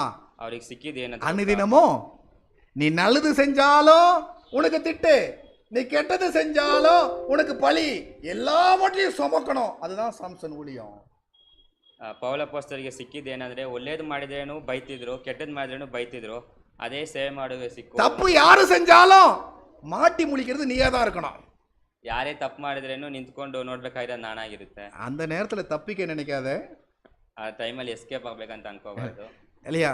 சிலத்தில் நம்ம என்ன பண்ணிடுவோம், சில சமயத்தில் ஊழியக்காரங்க என்ன பண்ணிடுவாங்கன்னா, அது எனக்கு இல்லை, அவரு தான் சொன்னார், அதனால தான் அப்படி நடந்தது அப்படின்னு ஒரு பொழுதும் அடுத்தவங்களை காட்டி கொடுக்குற வேலை வச்சுக்கூடாது. ಯಾವತ್ತೂ ಕೂಡ ನಾನು ಮಾಡಿಲ್ಲ ಇನ್ನೊಬ್ರು ಅಂತ ಅವ್ರನ್ನ ತೋರಿಸ್ಕೊಡೋ ಬುದ್ಧಿ ಇರಬಾರ್ದು. விசுவாச பிள்ளைகளே, ஒருவர் சொல்றதை இன்னொருத்தட்ட கொண்டு வந்து கொடுக்குற வேலை நம்முடைய வேலை கிடையாது. அவர்களை இணைக்கிற வேலை, அவர்களை வாழ வைக்கிற வேலை, அவர்களை ஒற்றுமைப்படுத்துற வேலை, அதுதான் ஒரு ஊழியக்காரனுடைய வேலை. நீ அதுக்காக அடிபட்டாலும் சரி, அசிங்கப்பட்டாலும் சரி, மிதிப்பட்டாலும் சரி, அவங்க ரெண்டு பேரும் உன்னை அசிங்கப்பட்டாலும் சரி, அவங்கள சேர்த்து இணைச்சு வைக்கிற வேலை தான் உன் வேலை. ಸೇವೆ ಮಾಡಬೇಕಾದ್ರೆ ಈ ಮನೆಯಲ್ಲಿ ಕೇಳುವುದು ಆ ಮನೆಯಲ್ಲಿ ಹೇಳಿ, ಆ ಥರ ಪ್ರಾಬ್ಲಮ್ಸ್ ಬಂದರೆ ಕೂಡ ಅದನ್ನು ನಾನು ಸಹಿಸ್ಕೊಂಡು ಹೋಗಬೇಕಾಗಿದೆ. அவங்க மேலே வர பழியை நீ உன் தலையில் சுமந்துக்கிட்டனா அதுதான் உனக்கு ஆசீர்வாதம். ಅವರ ಇನ್ನೊಬ್ಬರ ಮೇಲೆ ಬರುವ ಒಂದು ಬಲಿಯನ್ನು ನಾನು ಎತ್ಕೊಂಡ್ರೆ ಅದೇ ಒಂದು ಆಶೀರ್ವಾದವಾಗಿದೆ. பவுல் சொல்றாரு, உன் நிமித்தம் எந்நேரமும் கொல்லப்படுகிறோம். ಇಲ್ಲಿ ಪೌಲ ಅಪೊಸ್ತಲರು ಹೇಳ್ತಿದ್ದಾರೆ, ದೇವರ ಸಂಗಡ ನಾನು ಯಾವಾಗಲೂ அடிக்கப்படுகிற ஆடுகளைப் போல எண்ணப்படுகிறோம். ಒಡೆಯಲ್ಪಡುವ ಕುರಿಗಳ ಥರ ನಮ್ಮನ್ನು ಬಯಸ್ತಾರೆ. என்னங்களா? அடிக்கப்படுகிற ஆடு. ಒಂದು ಒಡೆಯಲಕ್ಕೆ ಎತ್ತಿರುವ இந்த அடிக்கப்படுகிற ஆடு நம்மளது எனக்கு ஞாபகம் வர்றது எங்க அப்படின்னா, ஏசாயா 53. நேற்று ஞாபகம் வரல, அது நீ ஞாபகம். ஏசாயா 53 ಇದರ ಬಗ್ಗೆ ಮಾತಾಡ್ಬೇಕಾದ್ರೆ ನನ್ನ ಜ್ಞಾಪಕ ಬರುವುದು ಏಸಾಯ 53 6வது வசனம் வாசிக்கலாமா? 6ನೇ ವಚನ. வாசிங்க. ஆடுகளைப் போல வழி தப்பி திரிந்து அவனவன் தன் தன் வழியிலே போனோம், கர்த்தரோ நம்ம எல்லாருடைய அக்கிரமத்தையும் அவர் மேல் உள்ள பண்ணினார். அடுத்த வசனம் வாசிக்கலாமா? ನೆಕ್ಸ್ಟ್ ವಚನ. வாசிங்கம்மா. அவர் நெருக்கப்பட்டோம், ஒடுக்கப்பட்டும் இருந்தார், ஆனாலும் என்னங்களா, ಅವರು ಅಷ್ಟು ಒಡೆಯಲ್ಪಟ್ಟು ಕೂಡ ಅವ್ರ ಬಾಯನ್ನು ತೆಗೆದಿಲ್ಲ ಅಂತ ಹೇಳ್ತಿದ್ದಾರೆ. என்னங்களா? அடிக்கப்படுகிற ஆடுகளை போல கிறிஸ்து இருந்தாரு. அதை ஏசாயா சொல்லி இருக்கிறாரு. அதே பவுல் சொல்றாருன்னா அதை ரிப்பீட் பண்றாரு. நம்மளாம் யார் தெரியுமாயா? ஆடுகளை போலவர்கள், அடிக்கப்படுகிற ஆடுகளை போலவர்கள். ಇವಾಗ ದೇವರನ್ನ ಹೆಂಗ ಒಂದು ಬಲಿ ಮಾಡುವ ಒಂದು ಕುರಿಮರಿ ತರ ಅವರು ಶಿಕ್ಷಿಸಿದ್ರೇನು, ಅದೇ ಇದನ್ನ ಇವತ್ತು ಪೌಲು ಹೇಳುತ್ತಿದ್ದಾರೆ. ಆಗ ಕೂಡ ಅವರು ಬಾಯನ್ನು ತೆಗೆಯಲಿಲ್ಲ. என்னங்களா? அவர் நெருக்கப்பட்டும் ஒடுக்கப்பட்டும் இருந்தார், ஆனாலும் அவர் தம்முடைய வாயை திறக்கல. ಅಷ್ಟು ಕಷ್ಟ ದುಂಬ ಬಂದಿದ್ರೆ ಕೂಡ ಅವರು ಬಾಯನ್ನು ತೆಗಿಲಿಲ್ಲ. சாம்சன், ஒரு பொழுதும் உடைய நியாயத்தை சொல்ல வாயை திறந்துடாது. ಯಾವತ್ತೂ ಕೂಡ ಒಂದು ನೀತಿಯನ್ನು ಹೇಳುವುದಕ್ಕೆ ಬಾಯಿ இல்ல நான் சரிதான், விசுவாசிகள் ஏதாவது நாளைக்கு பாஸ் ஆயிட்ட பிறகு விசுவாசிகள் ஏதாவது சொல்லுகின்ற பொழுது இல்ல பதில் கொடுத்துறேன் நானே, இல்ல நான் அப்படி செய்யல, நான் இப்படி ஆக்கும், இப்படி நினைச்சேன், அப்படி நினைச்சேன் அப்படின்னு வாயே திறந்துடாத. ನಾಳೆ ವಿಶ್ವಾಸಿಗಳ ಮುಂದೆ ಏನಾದರೂ ಒಂದು ಹೇಳಿದ್ರೆ ಕೂಡ ಬಾಯನ್ನು ತೆಗೆದು ತಪ್ಪಾಗಿ ಮಾತಾಡ. அப்படி நீ வாயை திறந்தீனா அந்த விசுவாசி நீ இழந்துருவ. ಆ ರೀತಿಯಾಗಿ ನಾನು ಬಾಯನ್ನು ಓಪನ್ ಮಾಡಿ அவங்களுடைய அன்பு உனக்கு திரும்ப கிடைக்காது.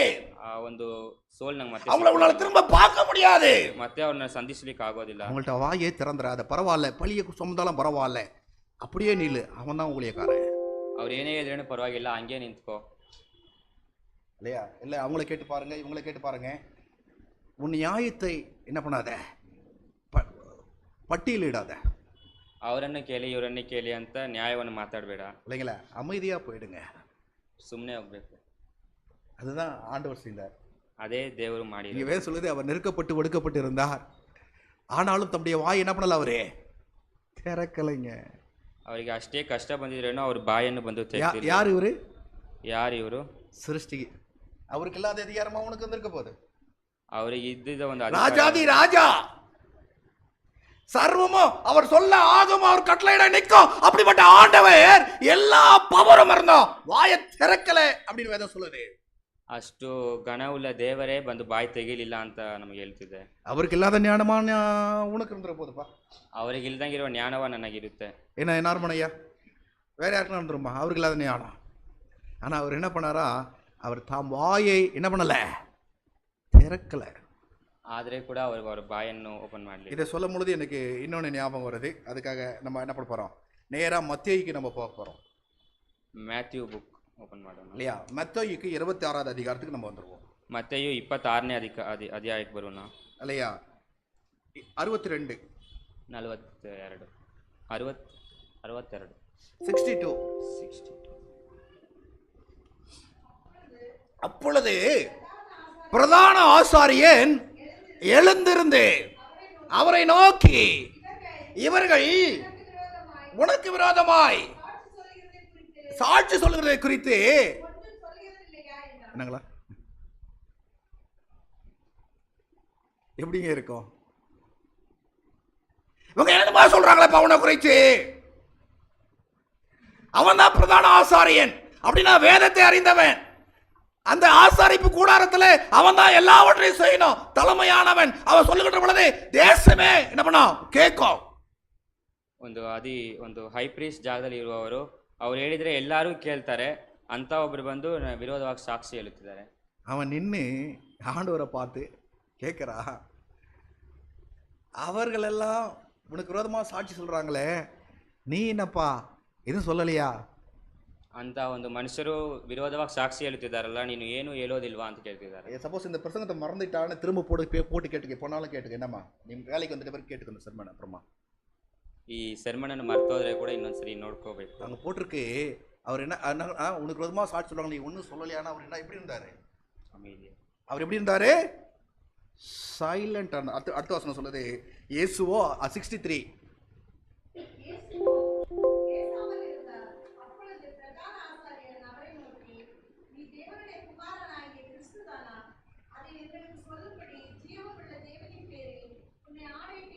எப்படிலாம் ஆன்சர் வாங்க வேண்டி இருக்கு பாருங்க கடவுள்கிட்ட. மைக்கு மேலே வந்துடணும், அப்பதான் எல்லாருக்கும் சவுண்டு கேட்கும். ಏ ರೀತಿಯಾಗೆಲ್ಲ ಒಂದು ಆನ್ಸರ್ ಹೇಳ್ಬೇಕು, ಆನ್ಸರ್ ಬರಲಿಕ್ಕೆ ಪ್ರಶ್ನೆ ಕೇಳುತ್ತಿದ್ದಾರೆ ನೋಡಿ. அப்ப வேதம் என்ன சொல்லி தருதுன்னா, அவர் இயேசுவ பேசாமல் இருந்தார் அப்படின்னு சொல்லுது. ನಮಗೆ ಬೈಬಲ್ ಏನು ಹೇಳುತ್ತಿದೆ ಅಂದ್ರೆ ದೇವರಲ್ಲಿ ಮಾತಾಡಿ, அவங்க என்னென்னலாம் பழி போட்டாங்கன்னு தெரியாது, ಅವ್ರು ಏನೆಲ್ಲ ಹೇಳಿದ್ರಂತ ஆனா இவர் எப்படிப்பட்டவர் தெரியுமா, அவங்க என்ன சொல்லுவாங்களோ சொல்றதுக்கு முன்னாடியே அறிஞ்சவர், என்ன எவன் சொன்னானோ அவனை தாயின் கருவிலிருந்து தெரிஞ்சவர். ಇವಾಗ ಕೇಳ್ತಿರೋ ದೇವರೇ ಎಂಥ ರೀತಿ ದೇವರೇ ಅಂದರೆ ಅವ್ರು ಹೇಳುವಾಗ ಮುಂಚೆನೇ ಗೊತ್ತಿರುವವರು, ಅವರ ಅಮ್ಮ ಹೊಟ್ಟೆಯಲ್ಲಿ ಇರಬೇಕಾದ್ರೆ ತಿಳ್ಕೊಂಡಿರೋರು. அவர் நினைச்சிருந்தாருன்னா இவன் அவளை பழி சுமத்துவான், தாயின் கருவிலே அழிச்சிருக்க முடியும். ஆனா ஆண்டவர் அப்படி செய்யல. ದೇವರು ಅನ್ಕೊಂಡಿದ್ರೆ ಅವರು ಸೃಷ್ಟಿ ಆಗಕ್ಕೆ ಮುಂಚೆನೇ ಅವ್ರನ್ನ ನಾಶನ ಮಾಡಿರ್ಬೋದು, ಆದರೆ ದೇವರು ಆ ರೀತಿಯಾಗಿ நீ ஒரு ಮಾಡಿಲ್ಲ. போதகராக போகிற எந்த விசுவாசையும் அழிக்கிடுன்னு நினைச்சிடாத. உனக்கு ஆப்போசிட்டா இருக்கிறாங்க, உன்னை சார்ந்து இருக்கிறாங்க, யாரா இருந்தாலும் சரி அழிச்சுடுன்னு நினைச்சிடாத விசுவாச பிள்ளைகளை. ಸೇವೆ ಮಾಡ್ಬೇಕಾದ್ರೆ ಯಾರಾದ್ರೂ ಅಗೇನ್ಸ್ಟ್ ಆಗಿ ಬಂದ್ರೇನು ಅವರನ್ನು ಏನಾದ್ರೆ ಮಾಡಬೇಕು ಅಂತ ಮಾಡ್ಬಿಡ್ಬೋದು. அவர்களை சரி செய்ய வேண்டிய பொறுப்பு தான் உன்னுடையது. ಅವರನ್ನು ಸರಿಯಾದ ಒಂದು ದಾರಿಗೆ அதுதான் ஊழியம், ಅದುವೇ ಸೇವೆಯಾಗಿದೆ. அங்க வேதம் சொல்லுது, இயேசுவை என்ன பண்ணாராம், பேசாமல் இருந்தார் அப்படின்னு வேதம் சொல்லுது. ಸತ್ಯವೇದವು ಏನು ಹೇಳುತ್ತಿದೆ ಅಂದರೆ ಅಲ್ಲಿ ದೇವರು ಮಾತಾಡಲಿಲ್ಲ ಅಂತ. இல்லைங்களா? அவங்க ஒரு கேள்வி கேட்டாங்க. என்ன கேள்வி அப்படின்னா, பா தேவன் பேரில் ஆணையிட்டு கேட்குறேன் அப்படின்னு அந்த பிரதான ஆசாரியனை மதித்து ஆண்டவர் என்ன பண்ணுறாரு, பதில் கொடுக்குறாரு. என்ன பதில் கொடுக்குறது தெரியுமா? அடுத்தது வாசிக்கிறோம். அதற்கு இயேசு நீ சொன்னபடி தான் முடிஞ்சு ஒரே வார்த்தையில் முடிச்சிட்டார். ಆ ರೀತಿಯಾಗಿ ಅವ್ರು ಕೇಳಬೇಕಾದ್ರೆ ದೇವರು ನೀವು ಹೇಳಿದ ರೀತಿನೇ ನಿಜ ಅಂತ ಹೇಳ್ಬಿಟ್ಟು ಮುಗಿಸ್ಬಿಡ್ತಾರೆ. புரிஞ்சுதாம்மா எப்படி ஆன்சர் கொடுக்கணும் அப்படின்ட்டு? ஆண்டவர் எக்ஸ்பிளைன் பண்ணிட்டு இருந்தாரா? கிடையாது. ದೇವರು ಅಲ್ಲಿ ಕುತ್ಕೊಂಡು ಏನು ಎಕ್ಸ್ಪ್ಲೇನ್ ಮಾಡಿರಲಿಲ್ಲ. அவ வேதம் ஒரு ஊழியக்காரனுக்கு சொல்றது என்ன அப்படின்னா, உன்னுடைய நீதி நியாயங்களை என்ன பண்ணாதே, எக்ஸ்பிளைன் பண்ண வேண்டிய அவசியம் இல்லை. ஆனால் அங்கே கேட்ட கேள்வி எப்படி இருந்தது? பேசாமலே இருந்தார். கடைசியாக கேட்ட கேள்வின்னா, தேவன் பேரில் ஆணை எடுக்கணுன்னே அவர் கேட்டார், நீ தேவனுடைய குமாரனா? ஆமாம், முடிஞ்சு போச்சு. ಅವರು ದೇವರ ಮೇಲೆ ಸತ್ಯ ಮಾಡಿ ಹೇಳು ಅಂತ ಹೇಳ್ಬೇಕಾದ್ರೆ ಕೂಡ ನೀನು ದೇವರ ಮಗನಾ ಅಂತ ಕೇಳಬೇಕಾದ್ರೆ ಹೌದು ಅಂತ ಹೇಳಿ ಮುಗಿಸ್ಬಿಟ್ರು. அவ வேதம் நமக்கு தெளிவாக சொல்லுது, நீ எங்கே எப்படி இருக்கணும் அப்படின்னு கற்றுக்கணும். ಸತ್ಯವೇದವು ನಮಗೆ ಎಲ್ಲ ಕ್ಲಿಯರಾಗಿ ಕೊಟ್ಟಿದೆ, ಎಲ್ಲಿ ಏ ರೀತಿಯಾಗಿ ನಡ್ಕೋಬೇಕು ಅಂತ. இல்லைங்களா? இங்கே வாசிக்கலாமே. 1 தீமோத்தேயு ಫಸ್ಟ್ ತಿಮೋತಿ 1:3. ಫಸ್ಟ್ ತಿಮೋತಿ 1ನೇ ಅಧ್ಯಾಯ 3ನೇ ವಚನ.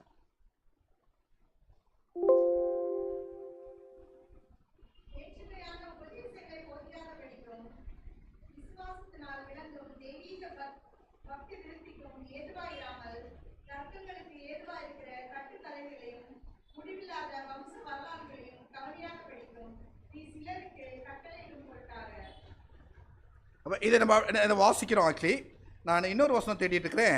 அவர் சொல்லுவார், இது தீமோத்திக்கு சொல்லுவார், நீ என்ன பண்ணே அமைதியாயிரு அப்படின்னு சொல்லுவார். ನಾನು ಇನ್ನೊಂದು ವಚನ ಹುಡುಕ್ತಿದ್ದೇನೆ. ತಿಮೋತಿ ಬಂದು ಪೌಲಪೋಸ್ತಲ ಬಂದು ತಿಮೋತಿಗೆ ನೀನು ಸುಮ್ಮನೆ ಇರು ಅಂತ ಹೇಳುವ ಒಂದು ವಚನ. ஓகே, நீ பதில் கொடுக்காதே, ನೀನು ಬಂದು ಸಮಾಧಾನ ಹೇಳ್ಬೇಡ ಅಂತ. இல்லைங்களா? வாசிங்க, ಓದೋಣ. வாசிங்க 6:20. 6ನೇ ಅಧ್ಯಾಯ 20ನೇ ವಚನ.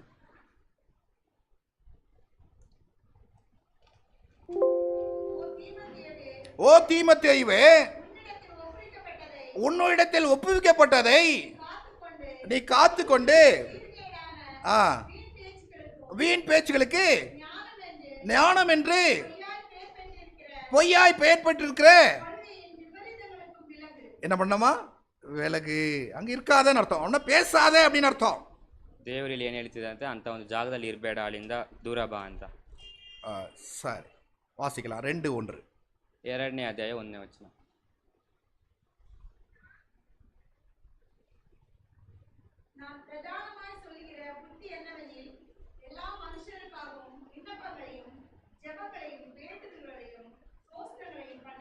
அப்போ வேதம் நமக்கு இங்கே என்ன கற்று தருது அப்படின்னா, நீ என்ன செய்யணும்னு கத்துறது, என்ன செய்யக்கூடாது, என்ன செய்யணும்.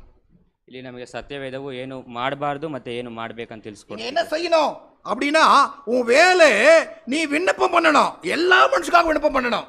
ನನ್ನ ಕೆಲಸವೇನಿದೆ ಅಂದ್ರೆ ಎಲ್ಲರಿಗೋಸ್ಕರ, பிடித்தவர்கள் பிடிக்காதவர்கள் எல்லாருக்காக விண்ணப்பம் பண்ணணும். ಇಷ್ಟ ಆಗವರು ಇಷ್ಟ ಆಗದಂಗಿರೋರು எல்லாருக்கும் ஜெபம் பண்ணணும். ಎಲ್ಲರಿಗೋಸ್ಕರ உனக்கு என்ன நடந்தாலும் ஸ்தோத்திரிக்கணும். ಏನೇ ನಡೆದ್ರೇನು ದೇವರಿಗೆ ಥ್ಯಾಂಕ್ಸ್ ಕೊಡಬೇಕು. வாசி 2வது வசனம். 2ನೇ ವಚನ.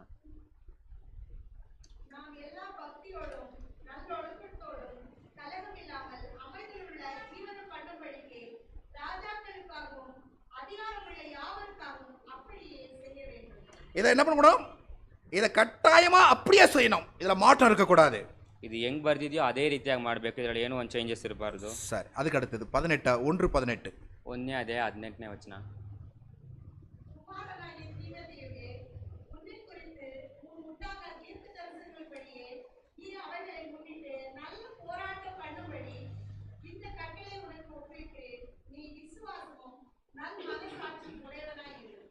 அப்ப வேதம் சொல்லுது, நீ எப்படி இருக்கணுமா?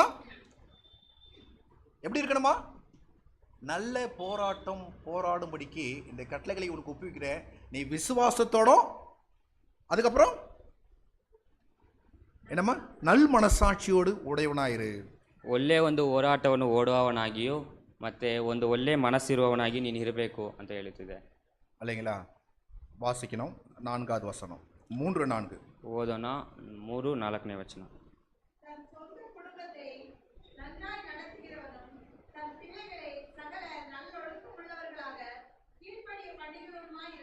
எப்படி இருக்கணுமா? ಒಂದು ಒಳ್ಳೆ ಒಬೀಡಿಯಂಟ್ ಆಗಿರಬೇಕು ಅಂತ ಹೇಳ್ಕೊಳ್ತಿದ್ದೆ. சரிங்களா? அப்போ என்னன்னா நாளைக்கு குடும்பமாச்சுன்னா அந்த குடும்பம் எப்படி இருக்கணுமா? சொந்த குடும்பத்தை நன்றாய் நடத்துகிறவனும். ನಮ್ಮ ಸ್ವಂತ ಕುಟುಂಬವನ್ನು ಒಳ್ಳೆ ರೀತಿಯಾಗಿ ನಡೆಸಿಕೊಳ್ಳುವ அப்படின்னா என்ன அர்த்தம்? நன்றாய் நடத்துறதுனா என்ன அர்த்தம்? மக்கள் சொல்லுங்க. ಹಂಗಂದ್ರೆ எப்படி ಅರ್ಥ ಏನು? ஒரு போதகன்ட்ட என்ன எதிர்பார்க்குறீங்க? சாம்சன் சொல்லிக் கொடுங்க, சொல்லிக் கொடுங்க, எதனா ஒன்று ரெண்டு சொல்லுங்க. ಟ್ರಾನ್ಸ್ಲೇಷನಾ? ಅದನ್ನು ಹೇಳ್ಕೊಡಿ, ನನಗೆ ಏನೇನು ಬೇಕು, ಹೆಂಗಿರಬೇಕು ಅನ್ನೋದು ನೀವು ತಿಳಿಸ್ಕೊಡಿ. இல்லையா? எப்படி நன்றாய் நடத்துகிறவனா என்ன அர்த்தம்? ಒಳ್ಳೆ ರೀತಿಯಾಗಿ ನಡೆಸೋವನಾಗಿ ಹೇಗಿರಬೇಕು சொல்லுங்க. ತಿಳಿಸಿ. இப்போ நீ கடவுள் பய பக்தியில் இருக்கிறது மாத்திரம் போதாது, உன் துணவியார் உன் பிள்ளைங்க கடவுள் பயபக்தியில் இருக்கணும் எதிர்காலத்தில். இப்போ இல்லை, ನಾನು ಮಾತ್ರ ದೇವರೊಳಗಡೆ ಇರುವುದಲ್ಲ, ನನ್ನ ಜೊತೆ ಬರುವವರು ಕೂಡ ನನ್ನ ದೇವರನ್ನು ತಿಳ್ಕೊಳ್ಳಾಗಿರಬೇಕು. அவங்களுக்கு நீ கற்றுத்தரணும். ஊழியம் இல்லைன்னா வேற ஒன்று கிடையாதுப்பா, ஊழியத்துக்காக எதை இழந்தாலும் பரவாயில்ல அப்படின்னு இருக்கணும். ಅವರಿಗೆ ಏನು ತಿಳಿಸ್ಕೊಡ್ಬೇಕಂದ್ರೆ ಸೇವೆ ಮಾತ್ರನೇ, ಸೇವೆ ಬಿಟ್ಟು ಬೇರೆ ಏನು ಕೂಡ ಇಲ್ಲ ಅಂತ. இல்லைங்களா? உன் பிள்ளைங்கள்ட்ட என்ன இருக்கணுமா? சகல நல்லொழுக்கமும் உன் பிள்ளைங்கள்ட்ட இருக்கணும். அப்படின்னா உனக்கு நல்லொழுக்கம் ஃபர்ஸ்ட் இருக்கணும். ಮಕ್ಕಳಿಗೆ ಒಂದು ಒಳ್ಳೆ ಕಾರ್ಯ ತಿಳಿಸ್ಕೊಡ್ಬೇಕಂದ್ರೆ ಅದು ಫಸ್ಟ್ ನನ್ನಲ್ಲಿ ಇರಬೇಕಾಗಿದೆ. நீ ஆண்டவருக்கு கீழ்ப்படிந்தா உன் பிள்ளை உனக்கு கீழ்ப்படியும். ನಾನು ದೇವರು ಹೇಳೋದನ್ನ ನಾನು ಕೇಳಿದ್ರೆ, ನಾನು ಹೇಳೋದು ನನ್ನ உள்ள ಮಕ್ಕಳು சொந்த குடும்பத்தை நடத்த தெரியலனா தேவனுடைய சபையை விசாரிக்க முடியாது.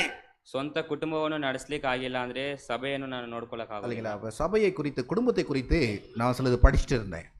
ಕುಟುಂಬ ಬಗ್ಗೆ ನಾನು ಸ್ವಲ್ಪ ಓದ್ತಿದ್ದೆ. அதுல நிறைய காரியங்கள் அதில் போட்டிருக்கு. ಅದರಲ್ಲಿ ತುಂಬಾ ವಿಷಯ ಹಾಕಿತ್ತು. அதில் மிக முக்கியம் எப்படின்னா, எல்லாரும் பாஸ்டரை பார்க்குறாங்களோ இல்லையோ, பாஸ்டர் குடும்பத்தை கட்டாயமாக பார்ப்பாங்க. ಅದರಲ್ಲಿ ತುಂಬಾ ಮುಖ್ಯವಾಗಿ ಹಾಕಿದ್ದು ಒಂದು ಪಾಯಿಂಟ್ ಏನಂದ್ರೆ, ಎಲ್ಲರೂ ಪಾಸ್ಟರ್ ನೋಡ್ತಾರೋ ಇಲ್ವೋ ಅವರ ಕುಟುಂಬವನ್ನು ನೋಡ್ತಾರೆ. அந்த குடும்பத்தை பார்த்து தான் பாஸ்டர் இடப்படுவாங்க. ಆ ಕುಟುಂಬವನ್ನು ನೋಡಿಯೇ ಪಾಸ್ಟರ್ ಅನ್ನು ಅವರು ತೀರ್ಮಾನಿಸ್ತಾರೆ. இல்லைங்களா? இப்போ பாஸ்டர் கீழ்ப்படுகிறாரா அப்படின்னா ஆட்டோமேட்டிக்காக குடும்பம் கீழ்ப்படியும். பாஸ்டர் நல்ல குணம் இருக்கா, ஆட்டோமேட்டிக்காக குடும்பத்துக்கு அது வரணும். அது வரல அப்படின்னா பிரச்சனையாயிடும். ಇವಾಗ ಕುಟುಂಬ ಸರಿಯಾಗಿ, ಪಾಸ್ಟರ್ ಸರಿಯಾಗಿದ್ದಾರಾ, ಕುಟುಂಬ ಸರಿಯಾಗಿದೆಯಾ ಅಂತ ನೋಡ್ಕೊಳ್ಬೇಕು. ಇಲ್ಲಾಂದ್ರೆ ಅದೊಂದು ಸಮಸ್ಯೆ ಆಗ್ಬಿಡುತ್ತೆ. ரொம்ப கவனமாக இருக்கணும். ತುಂಬಾ ಎಚ್ಚರಿಕೆಯಾಗಿರಬೇಕು. மெயினாக என்ன அப்படின்னா, ஒரு குடிக்கார பாஸ்டர் இருந்தாருன்னா ஜனங்கள் சந்தோஷப்படுவாங்களா? ಮೇಯ್ನಾಗಿ ಏನಂದ್ರೆ, ಒಬ್ಬ ಕುಡಿಯ ಪಾಸ್ಟ್ ಇದ್ದಂದ್ರೆ ಸಮಾಜ ಚೆನ್ನಾಗಿರುತ್ತೆ ಅಂತ. இல்லைங்களா? 8வது வசனம் சொல்லுது, இழிவான ஆதாயத்தை எச்சரிக்கைகளாயிராமல் அப்படின்னு சொல்லுது. இழிவான ஆதாயம். ಬೈಬಲ್ ಹೇಳುತ್ತಿದೆ ಕರೆಕ್ಟಾಗಿ ಇನ್ಕಮ್ ಇಲ್ದಂಗೆ ಇರೋರು ಅಂತ. இல்லைங்களா? அப்போ மதுபான பிரியனா இருக்கக்கூடாது அப்படின்னா, சப்போஸ் நான் எக்ஸாம்பிளுக்கு சொல்கிறேனே, நீ விசுவாசிக்கு ஒன்று சொன்னால் நீ என்ன பண்ணணும்? அதில் ஒழுங்காக இருக்கணும். ಇವಾಗ ಎಕ್ಸಾಂಪಲ್ಗೆ ಹೇಳ್ಬೇಕಂದ್ರೆ, ವಿಶ್ವಾಸಿಗೆ ಒಂದು ಹೇಳಕ್ಕೆ ಮುಂಚೆ ಅದೇ ರೀತಿಯಾಗಿ ನಾನು ಇರಬೇಕು. எனக்கு காபி டீயை பற்றி எனக்கு சொல்ல தெரியல, ನನಗೆ ಕಾಫಿ ಟೀ ಬಗ್ಗೆ எனக்கு அந்த அளவுக்கு மருத்துவ குணங்கள் எனக்கு தெரியாது. ಆ ರೀತಿಯಾಗಿ ನನಗೆ மெடிக்கல் அது ராமநாதன் ஐயா போதிக்க வேண்டியது, நான் இல்லை. ಅದು ರಾಮನಾಥನ್ ಅಂಕಲ್ ஏன்னா அவர் தெளிவாக சொல்லுவார். ಅವರು ತುಂಬಾ ಕ್ಲಿಯರ್ ಆಗಿ ಹೇಳ್ಬೋದು. ஏன் இதை சொல்கிறேன் அப்படின்னா, நீ செவன்த் அட்வென்டிஸ்ட் ஊழியக்காரன், நீ செவன்த் அட்வென்டிஸ்ட் ஊழியக்காரனா போகிற, ಇವತ್ತು ಸೆವೆಂತ್ ಡೇ ಅಡ್ವೆಂಟಿಸ್ಟ್ ಒಂದು ಸೇವೆ ಮಾಡುವನಾಗಿ ಹೋಗ್ತಿರ್ಬೇಕು. அந்த செவன்த் அட்வென்டிஸ்டில் நீ ஊழியக்காரனா இருக்கிறதுனால அவங்க சொல்லுவாங்க, காஃபி டீ என்ன பண்ணக்கூடாது, போதை வஸ்துக்களால் நிரப்பக்கூடாதுன்னு அவங்க சொல்லுவாங்க. ಇವಾಗ SDA ಸೇವೆ ಮಾಡಬೇಕಾದ್ರೆ ಕಾಫಿ ಟೀ ಕುಡಿಬಾರ್ದು, ಅದರಲ್ಲಿ ಒಂದು ಮತ್ತು ಪದಾರ್ಥ ಇದೆ ಅಂತ ಹೇಳ್ತಾರೆ. இல்லையா? உனக்கு பிடிக்கோ பிடிக்கலையோ, உனக்கு தெரியுதோ தெரியலையோ, நீ ஊழியக்காரனா இருக்கிறதுனால என்ன பண்ணக்கூடாது? ನನಗೆ ಗೊತ್ತಿದೆಯೋ ಗೊತ್ತಿಲ್ವೋ, ನಾನು ಒಂದು ಸೇವೆ ಮಾಡುವವನಾಗಿರೋದ್ರಿಂದ, எக்ஸாம்பிள் சொல்கிறேன், ಎಕ್ಸಾಂಪಲ್ ಹೇಳ್ತಿದ್ದೇನೆ, தொடக்கூடாது. ಅದನ್ನು ಮುಟ್ಟಬಾರದು. ஏன்னா இன்னைக்கு நான் நிறைய பேரை பார்க்குறேன், ಇವತ್ತು ನಾನು ತುಂಬಾ ಜನ ನೋಡಿದ್ದೀನಿ. இல்லைங்களா? அப்போ விசுவாசிங்க எதிர்பார்ப்பாங்க. ಅದು ಬಂದು ನಮ್ಮ ವಿಶ್ವಾಸಿಗಳು ಎದುರು ನೋಡುವ ಒಂದು ಕಾರ್ಯ என்னம்மா, ಆಗಿದೆ. சாயபத்தில் உன் வீட்டில் விசில் அடிச்சிச்சுன்னா ஆட்டோமேட்டிக்காக அவங்க வீட்லேயும் விசில் அடிக்கும். ಸಭಾ ದಿವಸದಲ್ಲಿ ನಮ್ಮ ಮನೆಯಲ್ಲಿ ವಿಸಿಲು ಊದಿದ್ವಿ ಅಂದರೆ ಪಕ್ಕದ ಮನೆಯಲ್ಲೂ ಆಗುತ್ತೆ. அப்போ என்ன பண்ணணும்னா, எல்லாமே அவங்களுக்கு, நீ எந்த ஒரு சபைக்கு போறியோ அவங்களுக்கு எல்லாமே அவங்க கண் முன்னாடி நிற்கிறது அவங்க பாஸ்ட் தான் நிற்பார். அந்த பாஸ்ட் வீட்டில் விசில் அடிச்சதுன்னா அவங்க வீட்டில் விசில் அடிக்கும். ನೋಡುವವರು ಎಲ್ಲರೂ ಕೂಡ ಪಾಸ್ಟರ್ ಮನೆಯಲ್ಲಿ ವಿಸಿಲ್ ಹೊಡೆದಂದ್ರೆ ಎಲ್ಲರ ಮನೆಯಲ್ಲೂ நீ ಹೊಡೆಯೋದು. எப்படி ஒழுக்கமாக இருக்கிறியோ அதை தான் என்ன பண்ணோம், அடுத்தவங்க ஃபாலோ பண்ணுவாங்க. ஏன்னா சில காரியங்களை உன்னை தெரியாமலே அவங்க ஃபாலோ பண்ணிட்டு இருப்பாங்க, உனக்கு தெரியாது. ಒಂದು ಪಾಸ್ಟ್ ಹೇಗಿರ್ತಾರೋ ಅದೇ ರೀತಿಯಾಗಿ ಅವನ್ನ ನೋಡಿ ವಿಶ್ವಾಸಿಗಳು ಅವ್ರಿಗೆ ಗೊತ್ತಿಲ್ದಂಗೆ ಅದನ್ನು ಫಾಲೋ ಮಾಡ್ತಿರ್ತಾರೆ. அதனால கவனமாக இருக்கணும் சாம்சன். ಅದರಿಂದ ತುಂಬಾ ಒಂದು ಎಚ್ಚರಿಕೆಯಾಗಿರಬೇಕು. இல்லையா? அவங்களுடைய விசுவாசம் உடஞ்சி போகிற அளவுக்கு, அவங்க விசுவாசம் தாழ்ந்து போகிற அளவுக்கு, அவங்க விசுவாசம் ஒன்றுமில்லாத போகிற அளவுக்கு நீ காரணமாக இருந்துடக்கூடாது. ಒಬ್ಬರ ವಿಶ್ವಾಸವನ್ನು ಕಮ್ಮಿ ಮಾಡುವ ರೀತಿಯಲ್ಲಿ, ಒಬ್ಬರ ವಿಶ್ವಾಸ ಒಡೆದೋಗೋ ರೀತಿಯಲ್ಲಿ ನನ್ನ ಪ್ರವರ್ತನೆ ಇರಬಾರ್ದು. அதனால தான் பவுல் சொல்லுவார், உங்களில் அநேகர் போதராகாதபடிக்கு என்ன பண்ணுங்க, எச்சரிக்கையா இருங்க. அப்படி நீ போதகர் ஆயிட்டியா, அப்ப என்ன பண்ண, உன்னை நீயே ஒடுக்கி மெதிச்சு சரி பண்ணி நில்லு அப்படின்னு சொல்றாரு. ಅದಕ್ಕೆ ಪೌಲ ಅಪೊಸ್ತಲರು ಹೇಳುತ್ತಿದ್ದಾರೆ, ಒಂದು ಸೇವಕನಾಗಿ ಎದ್ದು ನಿಂತರೆ ನಮ್ಮನ್ನು ನಾವೇ ಸರಿ ಮಾಡ್ಕೊಂಡು ನೋಡಬೇಕಾಗಿದೆ ಅಂತ. அப்ப வேதம் சொல்லுது, எங்க வாயை மூடணும், எங்க வாயை திறக்கணும், குடும்பம் இப்படி இருக்கணும், ஒரு பொழுதும் இழிவான வழியில மேல வர நினைச்சிடக்கூடாது. ಸತ್ಯವೇದ ನಮಗೆಲ್ಲ ತಿಳಿಸ್ಕೊಡ್ತಿದೆ, ಏ ರೀತಿಯಾಗಿ ಹೋಗಬೇಕು, ಏನು ಮಾಡಬೇಕು, ಏನು ಮಾಡಬಾರ್ದು ಅಂತ. ಅದನ್ನು ಬಿಟ್ಟು ತಪ್ಪಾಗಿ ಒಂದು ದಾರಿಗೆ ಹೋಗ್ಬಿಡ್ಬಾರ್ದು. இல்லையா? எந்த காலத்திலும் சரி, ஆண்டவர் உயர்த்த காத்திருக்கணுமே ஒழிய நீ உயர யோசிக்க கூடாது. ಯಾವುದೇ ಒಂದು ಪರಿಸ್ಥಿತಿ ಬಂದರೆ ಕೂಡ ದೇವರು ಹೆಚ್ಚಿಸಲಿಕ್ಕೋಸ್ಕರ ನಾವು ಕಾಯಬೇಕು. ಅದರ ಬಿಟ್ಟು ನಾನಂತೆ ನಾನೇ ಹೋಗಬಾರ್ದು. இதுதான் வேதம் சொல்கிற காரியம். ಇದು ಬಂದು ನಮಗೆ ಸತ್ಯವೇದ ತಿಳಿಸ್ಕೊಡುವ ಒಂದು ಕಾರ್ಯವಾಗಿದೆ. இல்லையா? 12வது வசனம், 12ನೇ ವಚನ, 4:12 4ನೇ ಅಧ್ಯಾಯ 12ನೇ ವಚನ.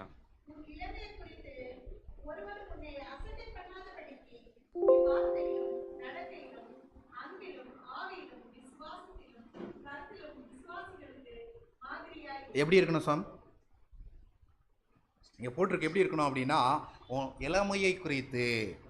ಯವನ ಬಗ್ಗೆ ಬರೆದಿದೆ ಇದರಲ್ಲಿ. என்ன பாஸ்ட் படிக்க போற, ಪಾಸ್ಟ್ರಿಗೆ ಓದ್ಲಿಕ್ಕೆ ಇರಬೇಕಾದ್ರೆ 4 பேர் கண்ணு உன் மேல இருக்கும், ಎಲ್ಲಾರ ಕಣ್ಣು ನನ್ನ ಮೇಲೆ ಇರುತ್ತೆ, 4 பேர் கண்ணுக்கும் நீ பதில் கொடுக்க முடியாது, ಎಲ್ಲಾರಿಗೂ ನಾನು ಸಮಾಧಾನ இல்ல, ಇಲ್ಲ, அதனால பழிய சுமப்ப, ಅದರಿಂದ ತುಂಬಾ ನಿಂದೆಗಳು அதனால ಬರುತ್ತೆ. உன் கண்ணை ஆண்டவர் மேல வச்சிரு.